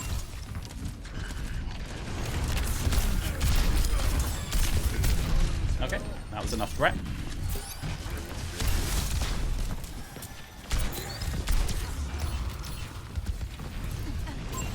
You don't get out of here!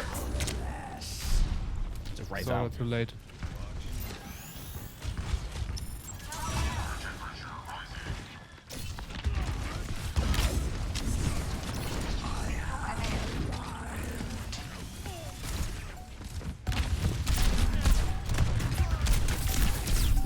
Oh god, Christ! Why are both supports feeling me? Why are both supports feeling me? Oh wait, they got 3 supports? Yeah, they were 3. Okay, Need some heal. that's more reasonable.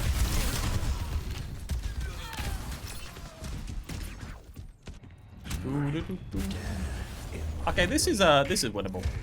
The team has a bit of mental back now, right?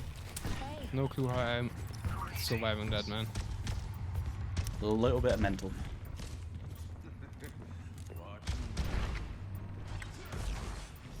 No point.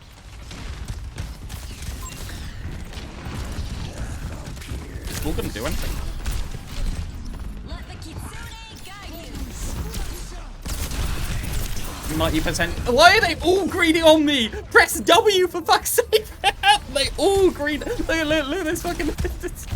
Yeet. They see the Wraith and they're like, oh, I can full send. This could be winnable, actually. It could easily be winnable. Yeah, that was good to take that punch.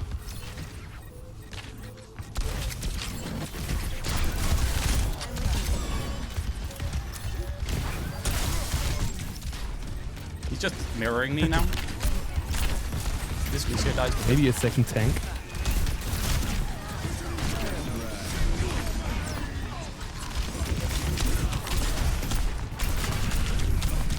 Yep. Maybe a second tank, like, that's crazy. Like, the team just does not walk through the choke.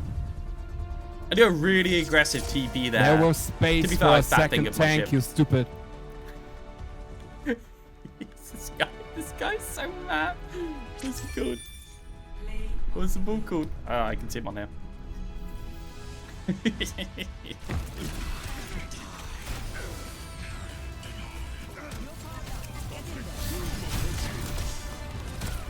Well, worth a try.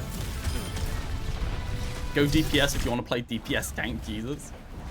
Most coherent team EU. Block for empowered, tap punch, meteor strike for empowered, tap punch, block for empowered, tap punch. Yeah, yeah. Literally, he's just tapping on me. He's just following me around, tapping me on Reaper, and like, there's nothing you can do. I mean, the Doomfist is just doing it. We were talking earlier about how to fix Doomfist, and I really think there's nothing you can do proactively for him. He is just a problematic character.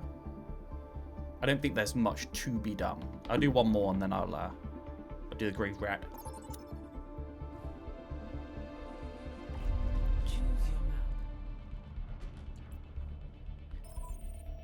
What an option. Wow. think I'd rather Circuit than Barney. New Queen Street is actually okay-ish. I've never actually really enjoyed New Queen Street that much. I've never thought like, oh yeah, New Queen Street. I'll play one more because I have to end on a loss. Yeah, there's no doubt.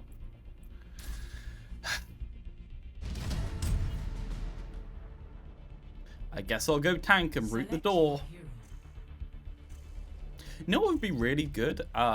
New Queen Street? A little bit of Mei. I haven't played Mei in ages. You can probably abuse Mei, right? Like, Mei's probably quite abusable. Mei's always been an abusable hero to climb on.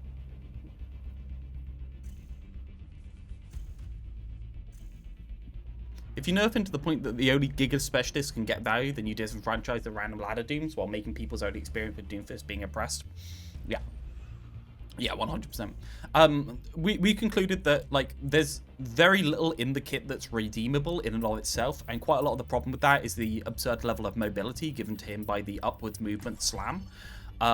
So, like, the upwards movement slam is more healthy on a tank Doomfist, I guess, but the tank Doomfist can't be lethal at the same time as having the upward movement slam, so you have to remove all the things that the Doomfist like in order to remove the threat from their mobility, but you can't remove the mobility because they like the mobility, so it's like, yeah. Whenever I don't like a map, I try and find a strategy that I can enjoy, so I just turn my brain off and execute it. You enjoy Overwatch?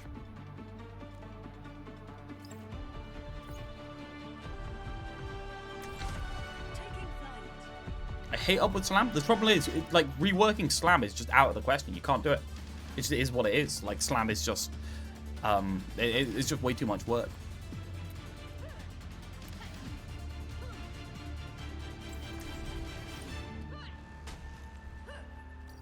Don't ban Doom, guys. What is wrong with all these Doom players? To lift you guys high ground.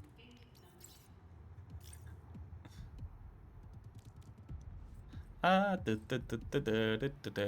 really, Grab Dragon. It's gonna have to be Grab Dragon, isn't it? Come here. I'll lift you here.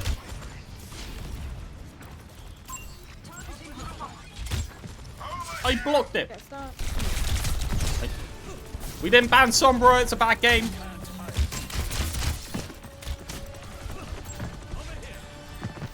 Oh, you bastard. Oh, they killed the fucking Zarya.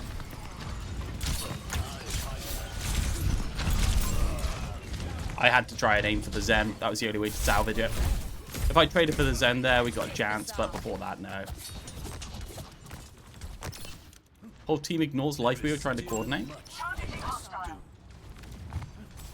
Yeah, I'm going to be watching the 30% green video. Lift you here. Come, just take the point. Greg, stop.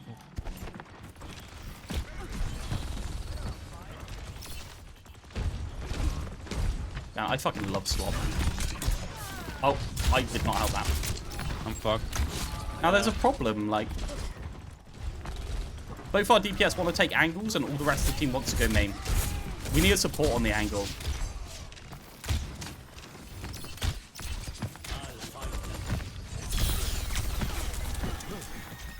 Man, Virus is the most absolute horseshit thing I've ever seen in my life.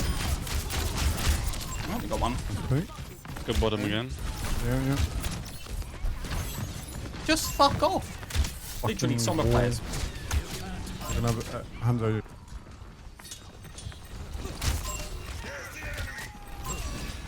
Play safe, you got enough picks. Can we done that? Yeah, we can done that.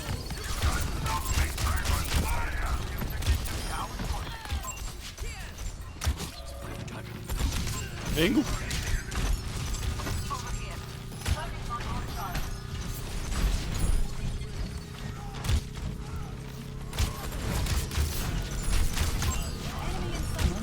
No, I'm not gonna be able to hit that.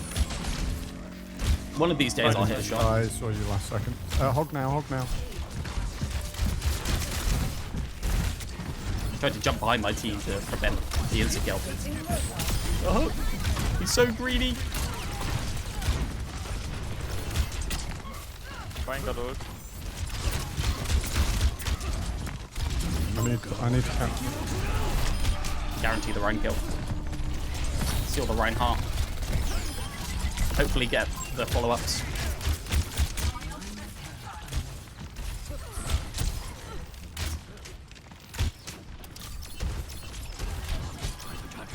Steal that health back.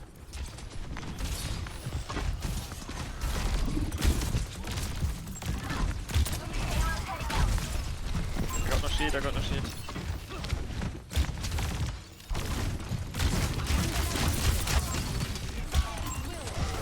Why are they all the way over there? What's happening?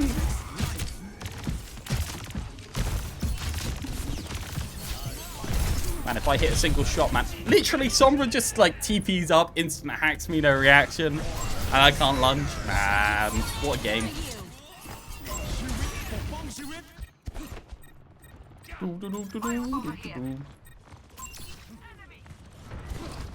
See, I don't really mind Sombra hack.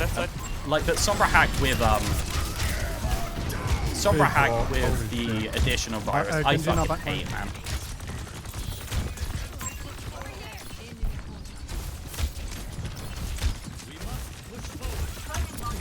And the Sombra, and the Sombra. Sombra low. Let's go. No, we all turned. Oh, I could just hack my own health back. Value.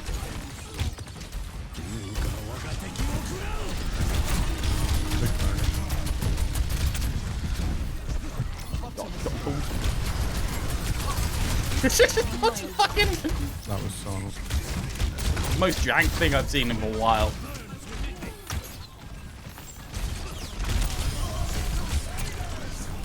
chill. Oh, no.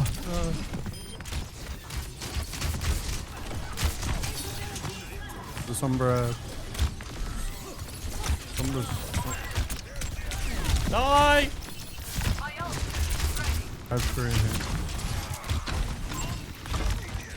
I really want to farm this. Surprised Genji didn't go for me. I actually have another shot.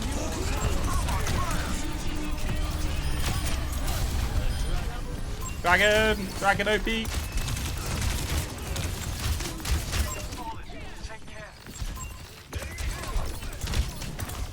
We don't have this somehow. Somebody shoot the Genji. Why is nobody able to shoot the Genji? Genji one. I shot myself in the head. Genji one. It's just literally just me shooting the Genji. Nobody else is doing it. Hello, Ponga. Don't forget about Grav Dragon. Well, the thing is, Grav is like a guaranteed team wipe anyway, if you can just get it in a vague direction of the enemy team, because it just kills them so fast. But yeah. Wow, that was close.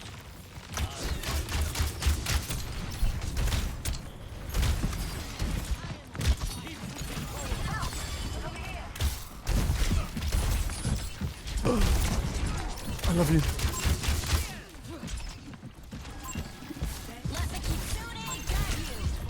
You want one? I'm gonna go.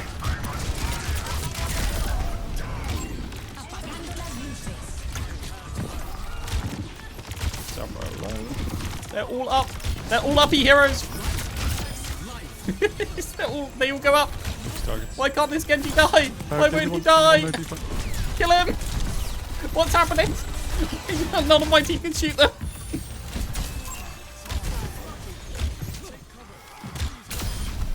I don't know how Why are we struggling so much? How's the game's going? It's going okay-ish. It's very stressful. You need to hit him in order for it to count as shooting. I don't think that's true. I think I'm shooting the Genji regardless. We're at 96. Grab dragon. Oh god.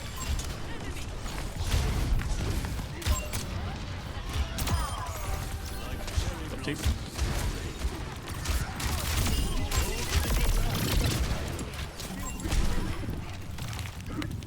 Ashlow. Chilling for a bit. Driving right or left side? Left side. Where's the grab? Oh, it's that.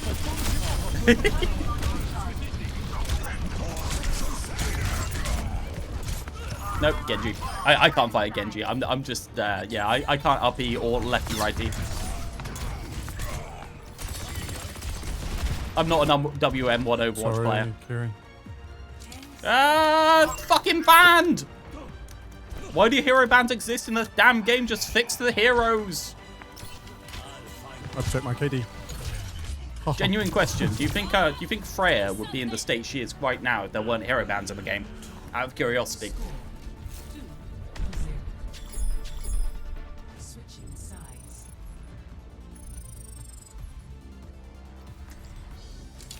Two streams going? Dunno. I seem to have stable connection. Select your hero. No drop frames. Should be good. Do you seriously think Freya would be this badly balanced right now, and they wouldn't have fixed the 2-tap faster? Hmm?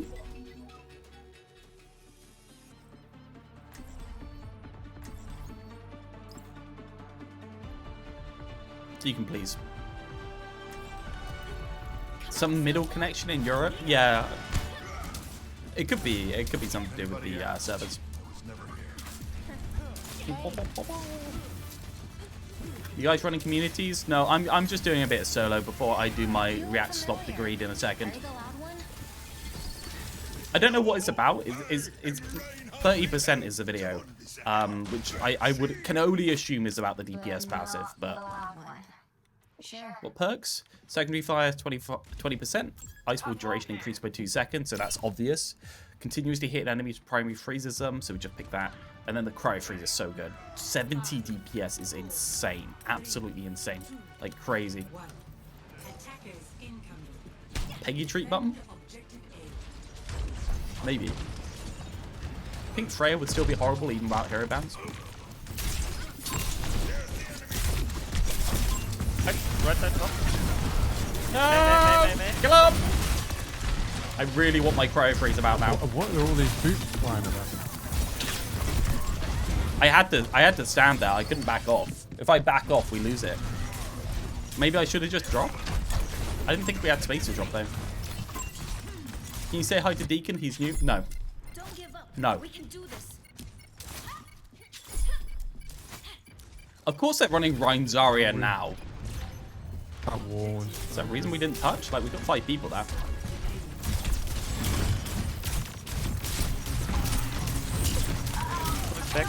Hold it, don't back! I can't fucking back, you idiots! Trying to root the angle.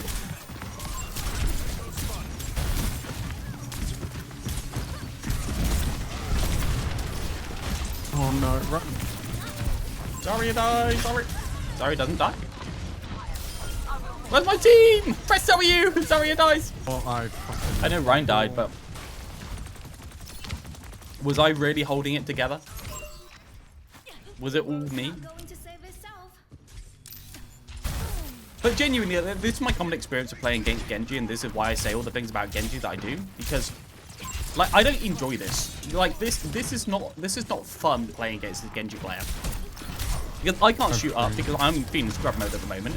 Nobody else in my team can shoot up just by pure luck. So we end up with me just like trying to fight other Genji while missing him the entire match, and him just being always alive.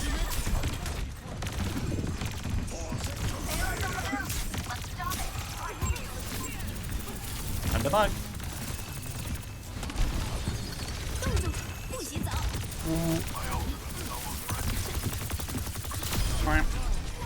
Missed it.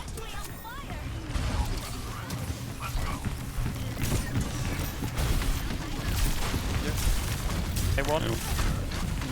Press W! Press Press W! You got fucking punched someone. We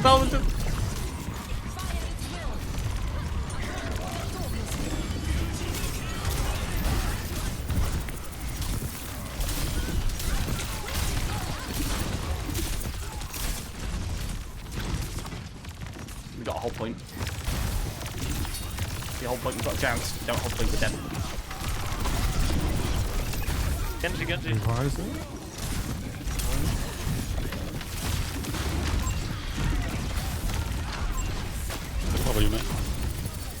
I got bubbled out!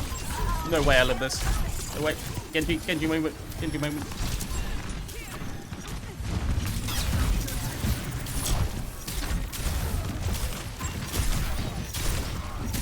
I should Let's save do my that, angle. Ryan low. Freeze! Double freeze! I walled myself up. I survived it. Down Could you point. leave me alone, please? Leave me alone.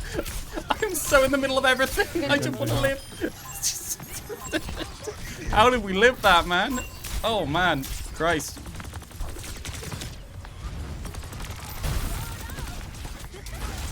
Genji movement. Do I just...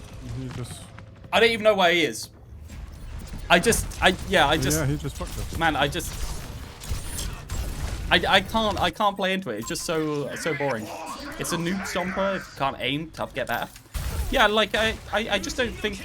And it's always this like skill is great. Oh yeah, the Genji's playing more skillfully and he's putting on more risk. Is the Genji really risking by like right click dashing into me? No, he's just like clicking in the correct spot. It's much easier to aim if you are the one doing the movement than it is to the other way.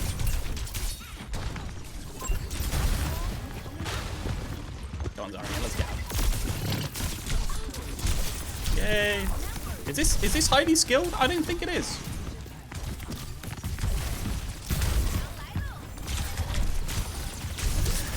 Am I dead? Yeah, I'm dead to that. Genji. What are your thoughts on the law that passed in the UK to require users to send their ID to see NSFW content on websites? This isn't a late night stream, so we're not allowed to do politics. But I will tell you that the kids are going to find their porn regardless, and they will find it in weirder and weirder places. Oh yeah, it was a good gameplay.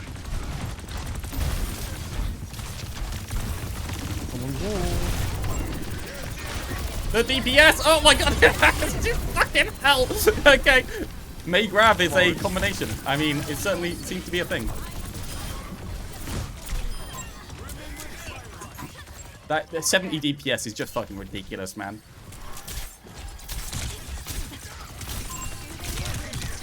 Man, that's got to feel bad to have that done to you. 0 skill required, you just walk to them. 20% ult charge off 1 Big cryo widow freeze. pitch right now. We need big widow pitch. No Big pressure. widow pitch.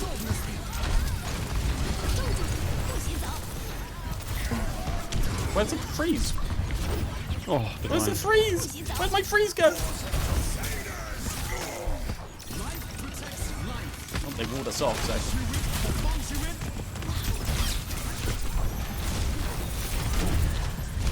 No, Ryan's just immortal.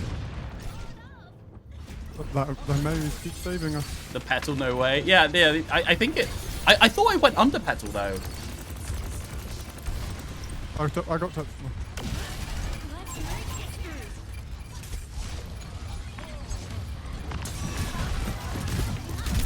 Unlucky, dude. What? Did you walk off? I thought we were fine. We were actually fine. Look, I just killed 2. Like a second after. We won that. Play of the game. We won it. And that was like 1 minute left as well. Man, I don't know. Like Genji players, I will never see eye to eye with them because they will never see it from the other side. The other side of like, I have not played this game in 3 days. What the fuck am I meant to do when there's a Genji on my head? I don't know what can convince the Genji players that what they do is not actually that hard. Just right-clicking, dashing, and then right-clicking back. It's easier to play Genji than it is to play against Genji, 100%. Can't react fast enough for their movement. Yeah, I won't be able to see them. Yeah, they'll go straight through me. I'm a boomer. Petal Blizzard new combo. Literally, if you just deleted that Petal, I think we win that game. It would have completely flipped that team fight at the very least. Genji is annoying, but Genji players are even more annoying. True. Yeah, 100% true.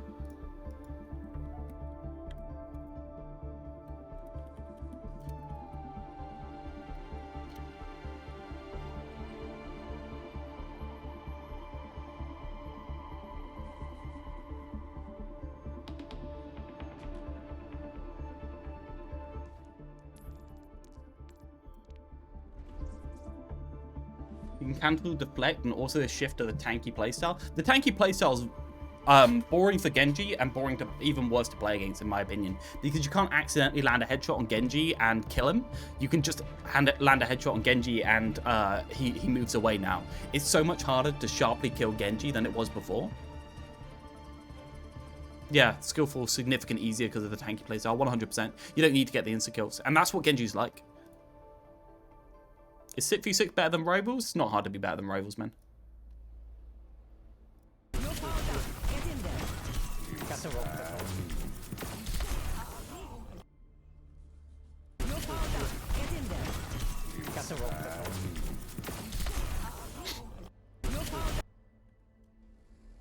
Terrible.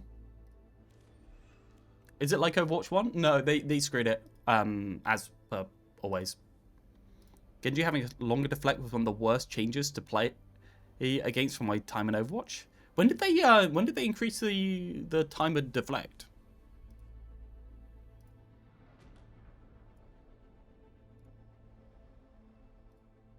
It's like 1 pixel off. Is that window there in front or behind of the desktop overlay? No, it's in front. That's cool. Anytime he deflects, it deals 225 damage to him and he dies. Genji player moment. Probably better that, right? Messed with my muscle memory. It was shortly after Overwatch 2 release, was it? I can't remember when it happened.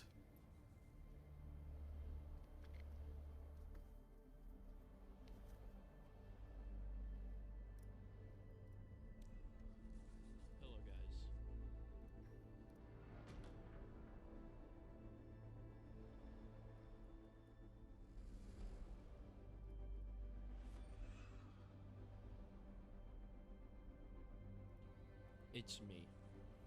Greed here. 30% problem. I assume this is about, and it's interesting that this is 3 days ago, 5.9k views. That's not very much for Greed. And it's a great thumbnail as well. You see the thumbnail? Where is it? Shut up. That's a great thumbnail. I like that thumbnail. That's stylish, right? Don't you think? Don't you think that's a styling thumbnail? Hello guys. It's me. Greed here. Today, I want to talk about the DPS passive in Overwatch, and I'm going to start with the negatives, and then later on in the video I might touch on some positive aspects of it. But my overall opinion of the DPS passive is that I personally don't like it. I don't think it's good for the game. I don't think it's particularly healthy, and I don't think it solves more problems than it creates. Now, obviously, Overwatch can't be a perfect game. Thought it was about mercy damage boost. Oh yeah, putting the mercy, that is a bit misleading, isn't it? You have to compromise at some parts. You have to say, well, this system isn't perfect, but perhaps it fixes a couple of big issues and might implement a couple of small issues. But the DPS passive is not one of those. I would consider the healing passive to be one of those. I personally am not a huge fan of the global healing passive, but I do agree that it solves more bigger issues than it creates. Therefore, it's generally speaking a net positive for the game. Yeah, unlike the DPS. I think everyone agrees the healing passive, the regenning health in general, is good for the game. Passive. My first complaint with the DPS passive, and I think one that's the easiest to fix in my opinion, though it may create more bloat, is that there's no actual indicator that it's affecting someone. There's no way for you to look at a target and know if the DPS passive is applied on them. You either have to manually see your DPS actively shooting a target and be able to track how long the passive is applied to that hero, or you just kind of have to guess, and I don't... I think you can just assume that the DPS passive is active in any fight for the most part, right? Like, I feel like you can just assume it. Where I am at on the DPS passive in terms of positives and negatives is obviously the negatives is completely ruined all scaling in terms of support, damage, and healing. It's made the game worse for DPS, and it's made the game a little bit better for tanks, question mark, because at low level tanks have a more consistent experience when they have more stuff, and they guarantee that they're always losing resources when they're active. If they're on a knife edge where they might be gaining, they might be losing, depending on the healing, you have to pay a lot more attention to your health bar than you do with a net negative healing solution when it's always going down. You can guarantee that. So it can make for a better low level on ranking tank experience. But then again, I think The trouble with tanks and tank queues is always that it's pinned by the fact that like tanks are an audience you have to cultivate over time. They're not something that just turns up instantly, and so changing their experience repeatedly isn't going to help in any way, shape, or form to cultivate a tank audience. You just have to have a good generic experience.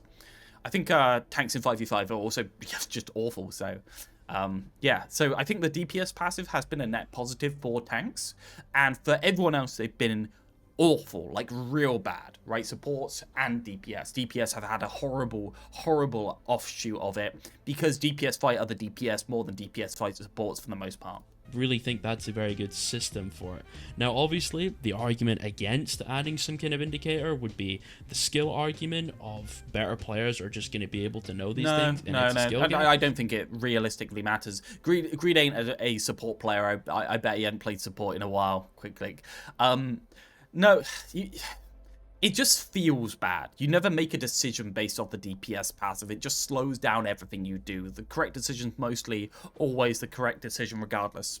And also it might add more visual clutter to the game, which already is quite a hot topic considering the fact there are so many abilities in the game that kind of make seeing a little bit difficult. Right now, it's obviously not the worst it's ever been. It's a lot better, but it's also not as good as it could be. Something important to note is the DPS passive is actually different in 5v5 and 6v6. Yeah, in 5v5, it's a flat 30% healing reduction on targets affected by the DPS passive, and it's 15% for tanks in 5v5. But for 6v6, it is a flat 15% reduction, I believe. I don't think the tanks get a benefit. So keep in mind that the numbers I'm going to be talking about, the DPS passive, in my mind, is the biggest cop-out on bothering to balance your game in history. Because the moment, if you currently remove the DPS passive, Overwatch would fall over. Because they failed to balance the healing numbers in any way, shape, or form for the last, like, year. It's that bad, right? Are specific to 6v6 because it's the superior format in every way. And if you disagree, you're simply wrong and a stupid, stinky boy. So one of the problems with the DPS passive is it affects tank efficacy in terms of their damage output. Now that isn't necessarily a bad thing because the tanks are kind of broken, but it's they didn't fail, they intentionally unbalanced it to compensate. Yeah, you're right. Assuming we had a perfect world where the balance was even generally a little bit okay, it can end up affecting tanks in a way that I don't think is really all that healthy, especially some specific tanks. So for example, if a tank is going aggressive on a certain character, like let's say a Winston is going aggressive, the difference between a character having the DPS passive on them and not having the DPS passive on them is absolutely gigantic. You just assume that you always have it on you if you're going aggressive on any tank though, don't you? Because Winston does 70 damage per second. Let's assume the target he's going after is being healed by a Mercy. It does, and there's one more thing that it does, obviously, is it does make it better to have DPS and tanks, like, team up and do things together. It does incentivize teamwork in that way. Does 60 healing per second. In the scenario that they do not have the DPS passive applied to them, Winston is only doing 10 damage per second to that target. And if you include reload times, I don't believe Winston actually can physically kill any target being healed by a Mercy. However, if you apply the DPS passive to the target that Winston is hunting, it actually doubles his damage output to 19 instead of 10, which obviously isn't a lot of damage, but a double is still double, no matter how you look at it, which is a big deal. Now, obviously, that's just accounting for Winston. How does it affect other people? teams? Really don't account for how multiplying things works out, or how, like, if you have a very small number because it's already being mitigated, changing it a little bit can drastically change the outcome. So people are quite bad at thinking about that. So let's look at Hog, for example. Hog is a tank that actually doesn't really care about the existence of the DPS passive or not, because he does not solely rely on it for his ability to actually kill a target. Because his damage output is extremely bursty, it's irrelevant what the DPS passive is doing, because the chances are he's going to burn through their entire health bar regardless, and it doesn't matter if they're being healed or not, because he can burst them down fast enough. He'll just hook a target, blow them up with Pigpen and left click, and there actually isn't enough time for there to be any healing applied to the target anyway, therefore the passive is irrelevant to him. but it I completely find it so funny to remember back in the day when they started this complete unilateral balancing via table flipping, where like it was the first time at pointing out just like how differently it affects different characters when you do unilateral changes. Like, sure, we had the DPS passive, which was the reload increase for DPS that was completely crazy when you got a kill. It just like makes no sense whatsoever. Some DPS don't even reload. But after, like, we didn't really have that many conversations about that because it was like, okay, well, Blizzard are just fumbling, they're just doing stuff, whatever.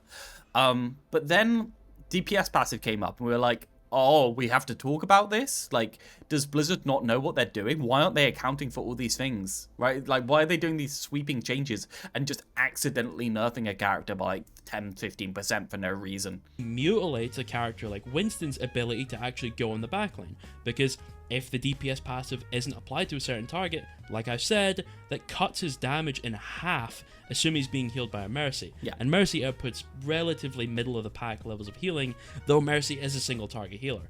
Imagine that It should have been low levels of healing, but they had to repeatedly buff Mercy because they put a DPS passive in. Winston is going after a target that's being healed by an Alari, or a Pylon, or a BAP or something. That makes things Pylon only heals 30 HPS. Greed, get it out of your head that Pylon heals like 100 HPS like it did before. He keeps doing this. much Every time we bigger talk deal. about Pylon. Or if he's hunting a target with armor. It changes so much about the character, and I think overall, the DPS passive inconsistently affecting different tank heroes and support characters overall is not good for the game, because you can lose out on a lot of solo playability purely because maybe your DPS didn't apply the passive onto the target at the right time, or maybe they got hit with a Zarya bubble or a Kiriko cleanse at the right time that actually cleared the passive off them, and that's the difference between you killing a guy and not killing a guy, even if you play well. It comes down to your DPS needing to apply that passive for you in order to get value that you simply cannot get yourself because you don't have the ability to apply the passive. Now, this obviously affects No, more 100%, but look, it means that as tank, you hold space and then play off your DPS's plays instead of the other way around quite a lot of the time, if you're actually playing tank. aggressive tanks than it does more passive tanks. For example, a tank like Reinhardt or Junker Queen. Yes, it affects aggressive ones and more than passive ones, because passive ones can wait until the point where they need to go, whereas aggressive ones need to go and hope that somebody else follows up on them. Or like Winston, kind of rely on their ability to get their value while they're committed. Unlike more passive tanks like a Ramatra or a Sigma, where the DPS passive is less relevant to them. Random, Greed doesn't actually make videos. I think you're misunderstanding. Greed makes rants, and then it happens to be in video format, because that's what YouTube does. If he could release podcasts, he would, and still get viewership. Because they are incurring less risk from their natural gameplay loop. Their pressure cycle is naturally safer, therefore they have less of a reliance on the DPS passive because they don't need to get their value as quickly as more aggressive tanks do. Meaning that... By the way, was Greed always this intelligent, or did he just get a lot smarter when he started talking to me? difference between a I can't remember what he was like before we met. value and a Sigma getting value can literally come down to where the DPS I'm just kidding, by the way. was applied and when. For a Sigma, it's not that big of a deal because he's just going to be poking anyway, and if he gets someone, he gets someone, if he doesn't, he doesn't. But for Queen, it's the difference between her killing a target and getting traded out, her killing a target that she's 1v1ing and then staying alive for it, or just simply not being able to kill a target fast enough because they're getting healed. Therefore, it disproportionately affects the tank characters in a negative way, making it so that gameplay becomes more passive overall because it negatively affects aggressive tanks more than it does passive tanks. Yeah, 100%. Yeah, he's entirely right with that. Watch a video from before you met the science. Now, the DPS passive can actually lead to more bloated healing numbers overall, especially when it comes to AoE healing. Because of a character, say like Baptiste, because of the DPS passive, it may be the case that he's not able to actually heal up a single target through the DPS passive, even though his natural healing output is AoE. Therefore, they might need to buff his overall healing output. Well, the point is of the DPS passive, there's no point in healing unless you have to. That's kind of like the point. Healing doesn't put out aggressive pressure anymore because the healing is always net negative on anything you do. So you like it's just disproportionately better to be doing DPS than it is healing. Whereas before it was approximately balanced between the two, so you could make a choice. Now you have no choice whatsoever. So now you're getting a lot more DPS support players because, quite frankly, there's nothing else to do. It's just bad to support. in order to contend with the fact that the DPS passive is the way it is. I was responding to people, responding to what I said on, you know, the video of one of Greed's followers, where they were talking about old Overwatch, because it was from a little while ago. And I said about it should be okay to generally exist on main and heal the tank, or just heal in general. It should be okay to do that. There was a lot of people that just disagreed point blank with me on that, and I don't really get where they're coming from. I guess I think they're coming from a place of misunderstanding more than anything. What I mean by that is, if you do not have the DPS passive, where your healing goes matters, because you are in potentially a net positive system, in which case you can output pressure with your healing. The moment you end up in a unilaterally net negative system, what happens is it doesn't matter where your healing goes, because realistically you're always losing out by doing healing. Right? And that is the same for Zen, that's the same for Mercy, that's the same with Brig, that's the same with Iliari, that's the same with all of the healers. Basically, what you do is you remove all skill component from healing, because it just doesn't matter anymore. Okay, so if you remove the skill component, you've made it so that the skill to value scaling of these characters is not the same as it was before. Now the skill to value scaling is exclusively off of DPSing, and none of the skill to value scaling is based on when or where you do your healing.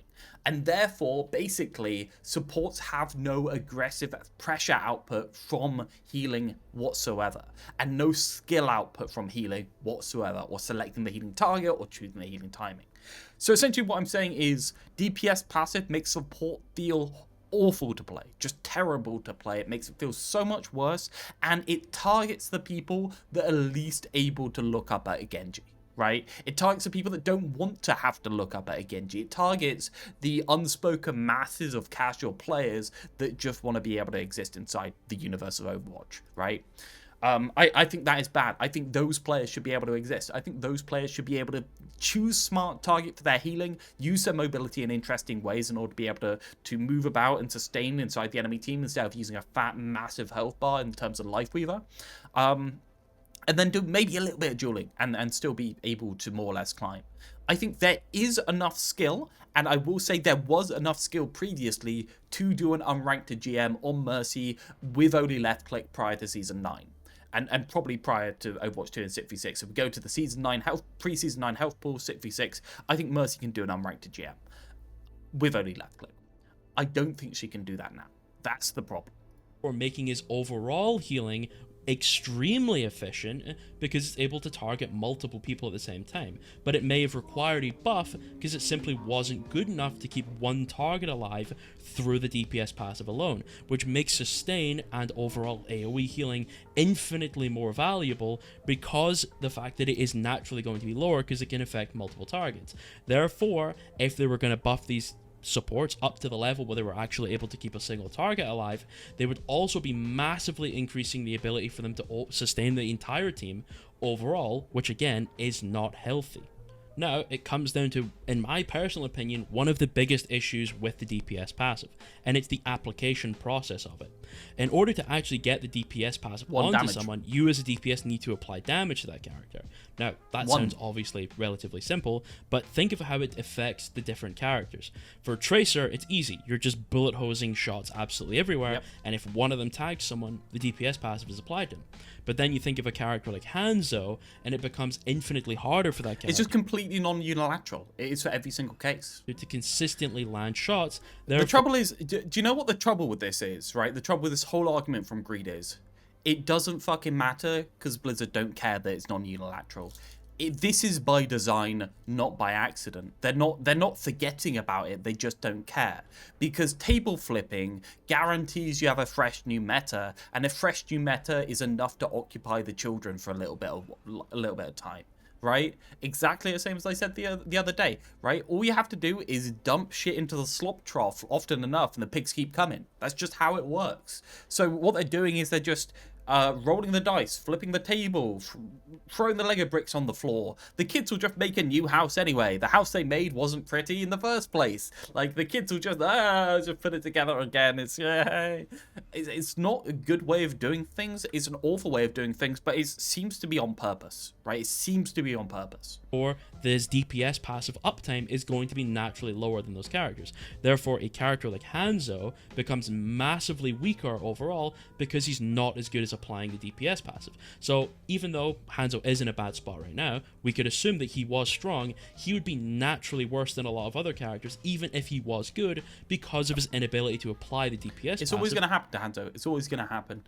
If you have a character like Mercy with limited skill expression, because you don't need to aim or quick reactions like Bap or Ana, you do need quick reactions, but to different things. You don't need quick aim reactions. You do need quick reactions to be able to play Mercy.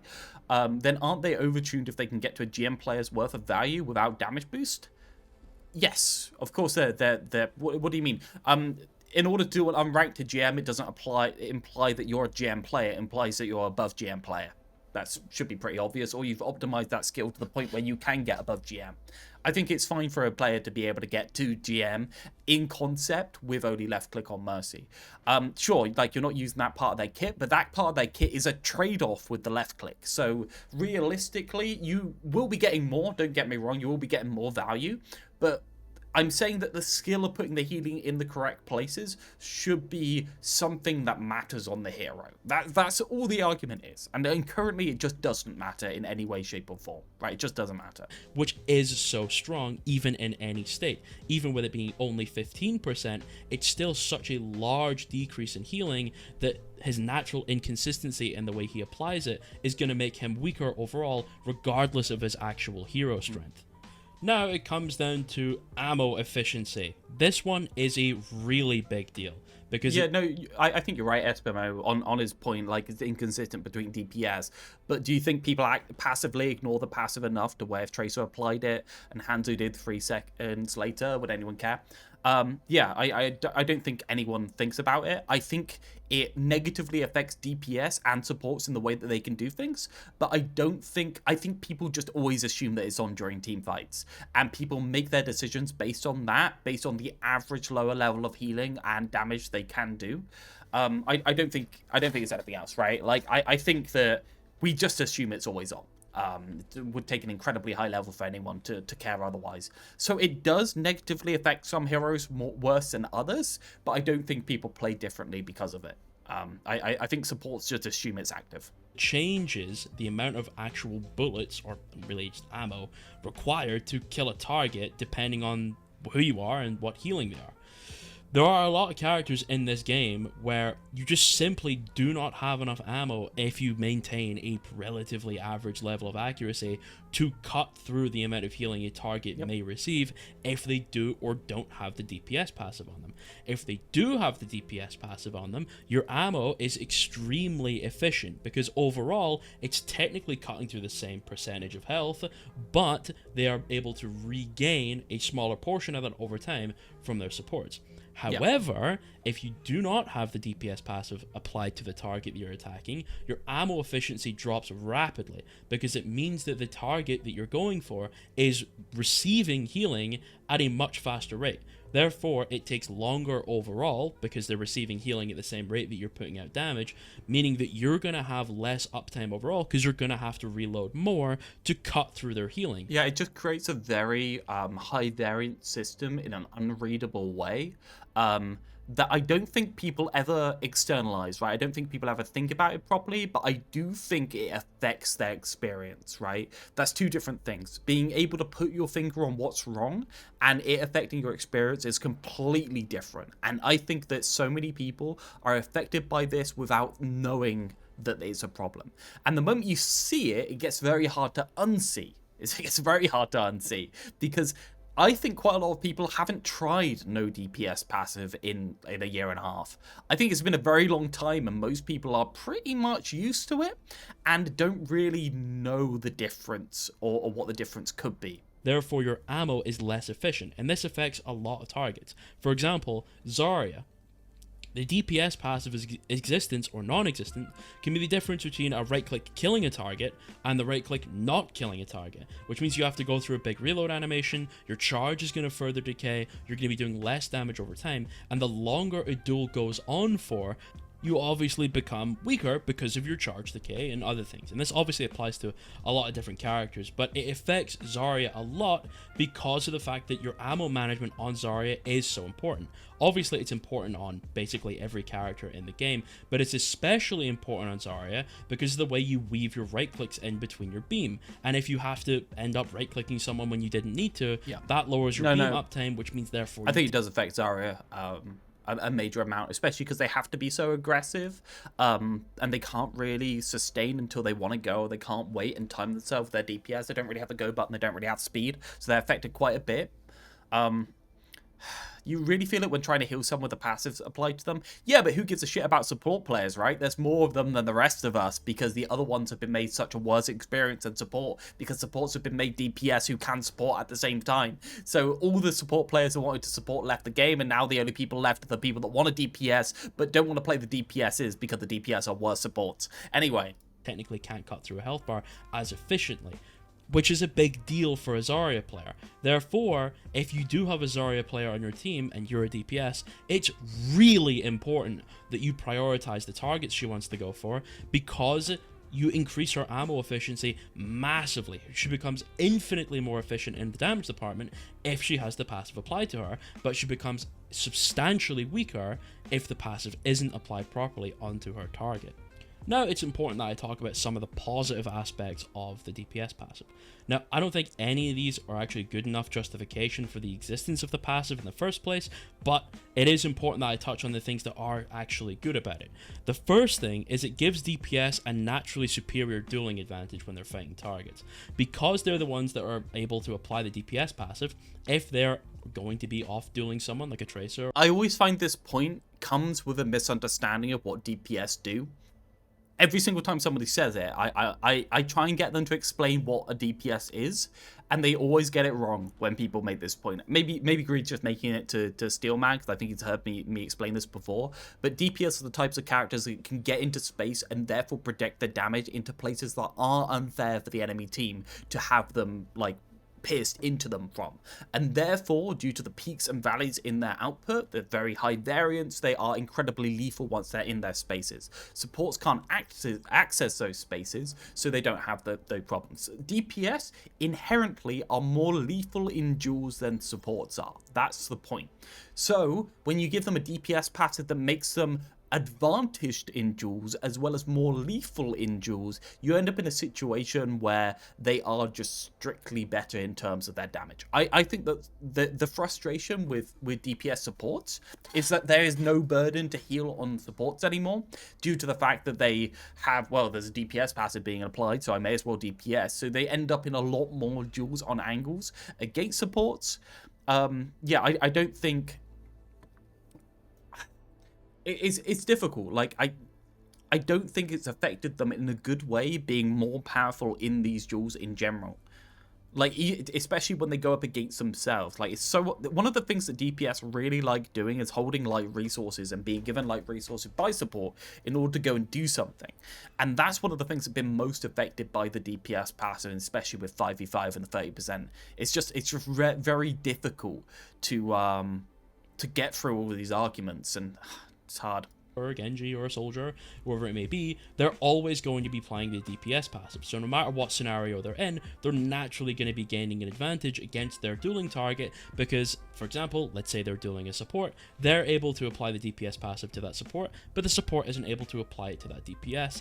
Therefore, if, for example, that DPS is a pocket and the support is a pocket, the DPS is naturally going to have a bigger advantage in that duel because of the application of DPS passive, which I think is overall good for the game. Supports die more often to DPS in neutral if supports by default are not disadvantaged in the fight against DPS. Okay, that was a weird one, so I'll take it a different way. You know cooldowns, right? You know how longer cooldowns make you more passive? Yeah, you no longer cooldowns make you more passive. In that same like counterintuitive way that decreasing a cooldown can actually make it be more used and therefore be less oppressive, making it so supports have a fair duel against DPS on an angle that they don't outrank them, but they have a fair duel against them, they're not losing, means that supports by default will take more of these fair duels because they are more 50-50, and therefore it leads more openings for the DPS player, because the supports will play more aggressively. So it is in the DPS's favor to not have a default positive duel against the supports. Counterintuitive? Possibly good statement? Anyone?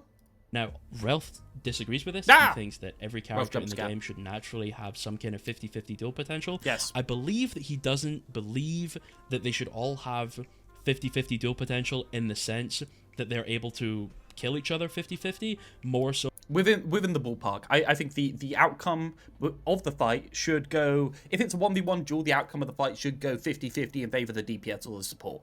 I think that's fair.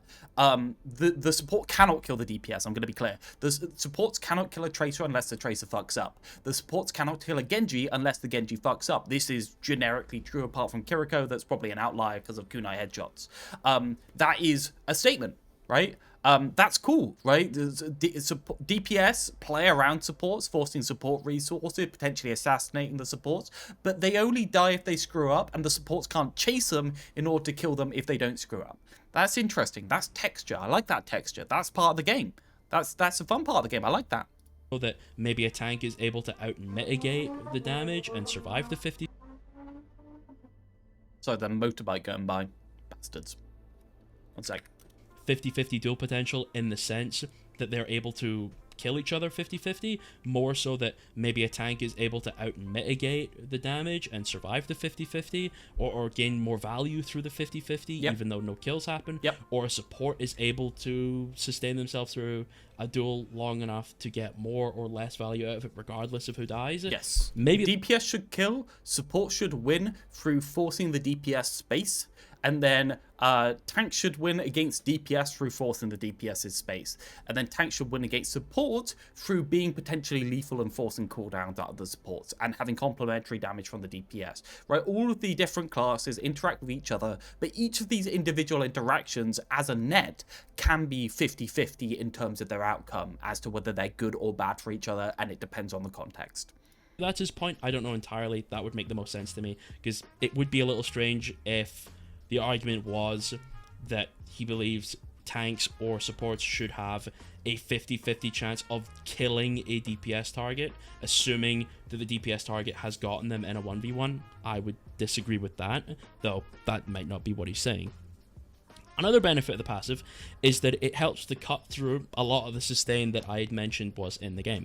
Now, obviously, a lot of the sustain is in the game partly because of the passive, where a lot of supports have gotten buffed because of the existence of the passive in the first place. We can change the numbers, yeah. Assuming that Season 9 stays in the game forever, the DPS passive stays in the game forever, then it is technically a benefit to the game that the DPS passive exists in some degree, because it is... I think Roadhog is overtuned in 6v6. It's kind of impressive the amount that he can sustain and heal. Is able to cut through a lot of the sustain in the game. If there wasn't a DPS passive, the healing numbers would be way too high.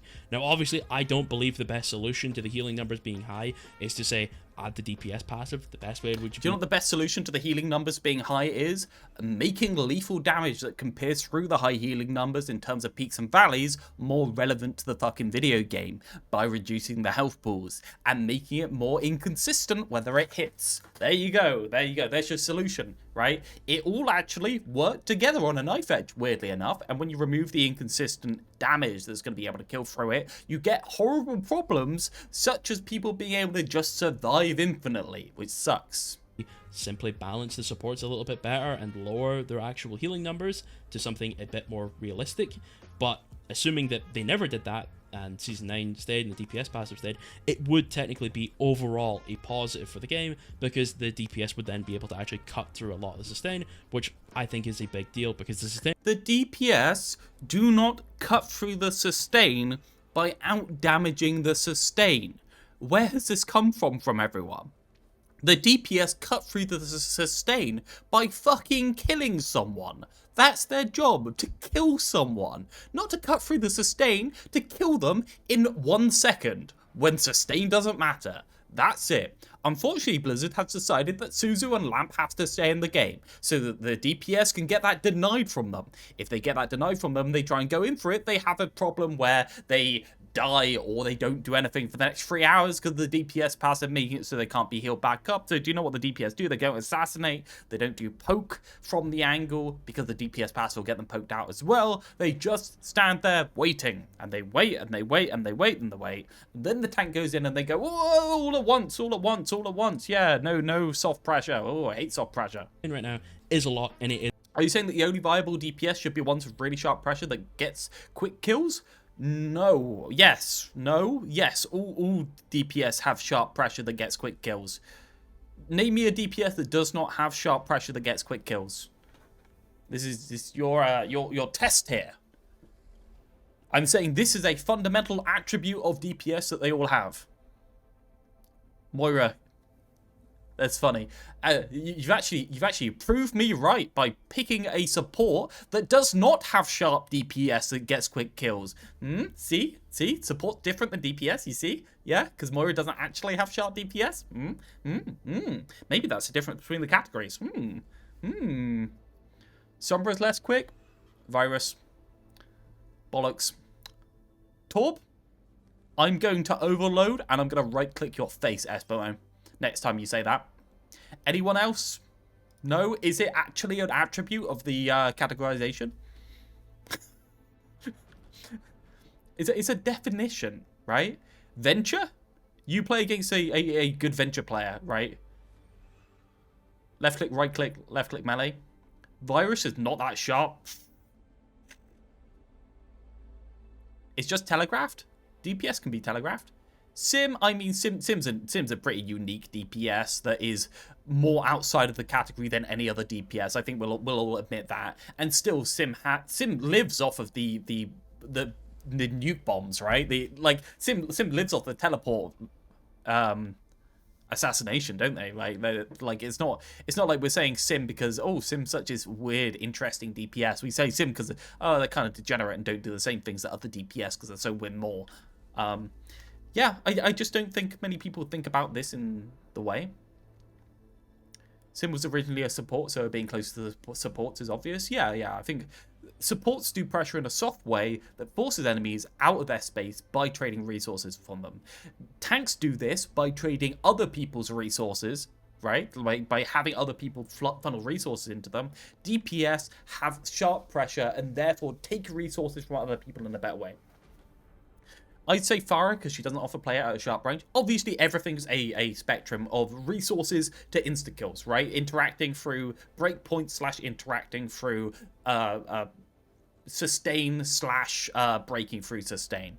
I'd say all DPS have some level of interaction on both of these, but I think the thing that matters to the DPS category is definitely the ability to be lethal. Now, in order to be lethal, you need to get that space, which is where the actual system starts rolling, right? And it can be oppressive when you can't get that space and also you aren't lethal, and the enemy team has a lot of sustain but a lot of presence on the map. But that's just you losing the video game, right? That's just you losing the video game because you can't get space and you can't break through sustain. So like that it needs to be, don't get me wrong, it needs to be marked at the door. The sustain can't be high enough to break through and also be the type of characters that are able to control angles, right? D.Va's a real big problem, in my opinion, because D.Va has enough health so that they can always control angles, and D.Va comps can brawl really well, so they have high sustain, especially with Moira type characters. So I think Ryan D.Va, or maybe like Ram D.Va at the moment, can be really oppressive. Not good, oppressive. It's just different than good. Is Mei designed to be lower because of the wall? Yes. The wall is the pressure. The wall is the sharpness. The wall is the lethality, right? Like, that's the part of a kit that's scary. It's very annoying. Is it overall a big enough positive to justify all the negatives? Absolutely not. But a positive is a positive, no matter how you slice it. Anyway, that was me talking about the DPS passive. I tried to format this video a little differently because I know I can be a little incoherent, a little rambly. I'm a little silly, goofy guy. What can I say? I'm a little quirky. I'm a little silly, goofy guy. Tiki, you know what I'm saying? So I did bullet points. Maybe I'll do this for every video upcoming because I actually quite like the pace of it. It felt easier to follow, especially just listening to myself talk. And you're obviously in the part right now where there's no bullet point, so it's incoherent rambling, and it's not making any sense anymore. So you can see how quickly I get derailed when I don't have a guide to follow. But I probably should end up following a guide for future videos, because I realize watching back, like Realth watching my videos, I can find myself getting lost in my own points sometimes, and sometimes I don't clarify things well, and it ends up making a point not sound like how I meant it. How am I gonna compete with Greed, who's being cogent? God damn it! Like, why is he making sense nowadays? This is where I watch Realth react to one of my videos, and he will watch something, he'll listen to what I say, I'll describe it poorly, and he ends up thinking I'm saying something that I'm not, and then we end up disagreeing when in reality... Yeah, it's easy to happen, isn't it? We do agree. So I think this format created less ambiguity in the things I'm saying and increased the clarity, so it was a little more obvious. I also thought I was a bit more fair with this topic. Usually I'm... Greed has to be very careful, because he's destroying his brand right now by being fair and even and coherent. His brand is completely insane ramblings that just makes no sense whatsoever. That's the brand, so you got to be careful here. Be a bit of a child sometimes, where I'm like, I'm objectively correct and you're wrong because I know what I'm talking about, and if you disagree, you're silly and you're dumb. And sometimes I don't attack a point objectively, and I attack it through emotion, which isn't a very obviously good way to do anything. That's obviously not an excuse. I should be more smart with incoherent rambling. You should have a point that you want to make and have that as a bullet point, and you should have like 2 other bullet points about places you want to do, you want to get to, that get there eventually, right? You should have 1 bullet point, and then just let the rest of the video just flow. If you have more than 6 bullet points, you'll end up too struck down. I love your random rambles. Talk about things. I've been doing this for a while. And I am an adult, and I should be able to communicate like one. But sometimes I let my emotions get a little bit too strong, and I end up being a bit of an asshole with the way I explain stuff. And I'm trying to get better at that. And I hope this video is an improvement. You know, I can only get, as long as I get like 0.5% better every day, then that's 0.5% better than I was yesterday. And to me, that's a big improvement. The fucking self-improvement. What's all this shit? And I'm happy with that. So, I hope this video was good. You think I come to you for self-improvement, Greed? I hope it was clear. I hope you enjoyed it. I love you all. I hope you all have a very good day. Eat a hot meal. Enjoy time with your family. I love you. Goodbye. Greed has become woke. Greed has been infected by the woke mind virus. Alright, love you. Goodbye, goodbye. Have a good day. Goodbye, goodbye. Goodbye, goodbye. Oh god, it's like making your plants grow too much so you genetically buff animals to eat it. What was the DPS passive act as an anti-healer against DPS players, Joku and Mercy? Goodbye, greedy kittens.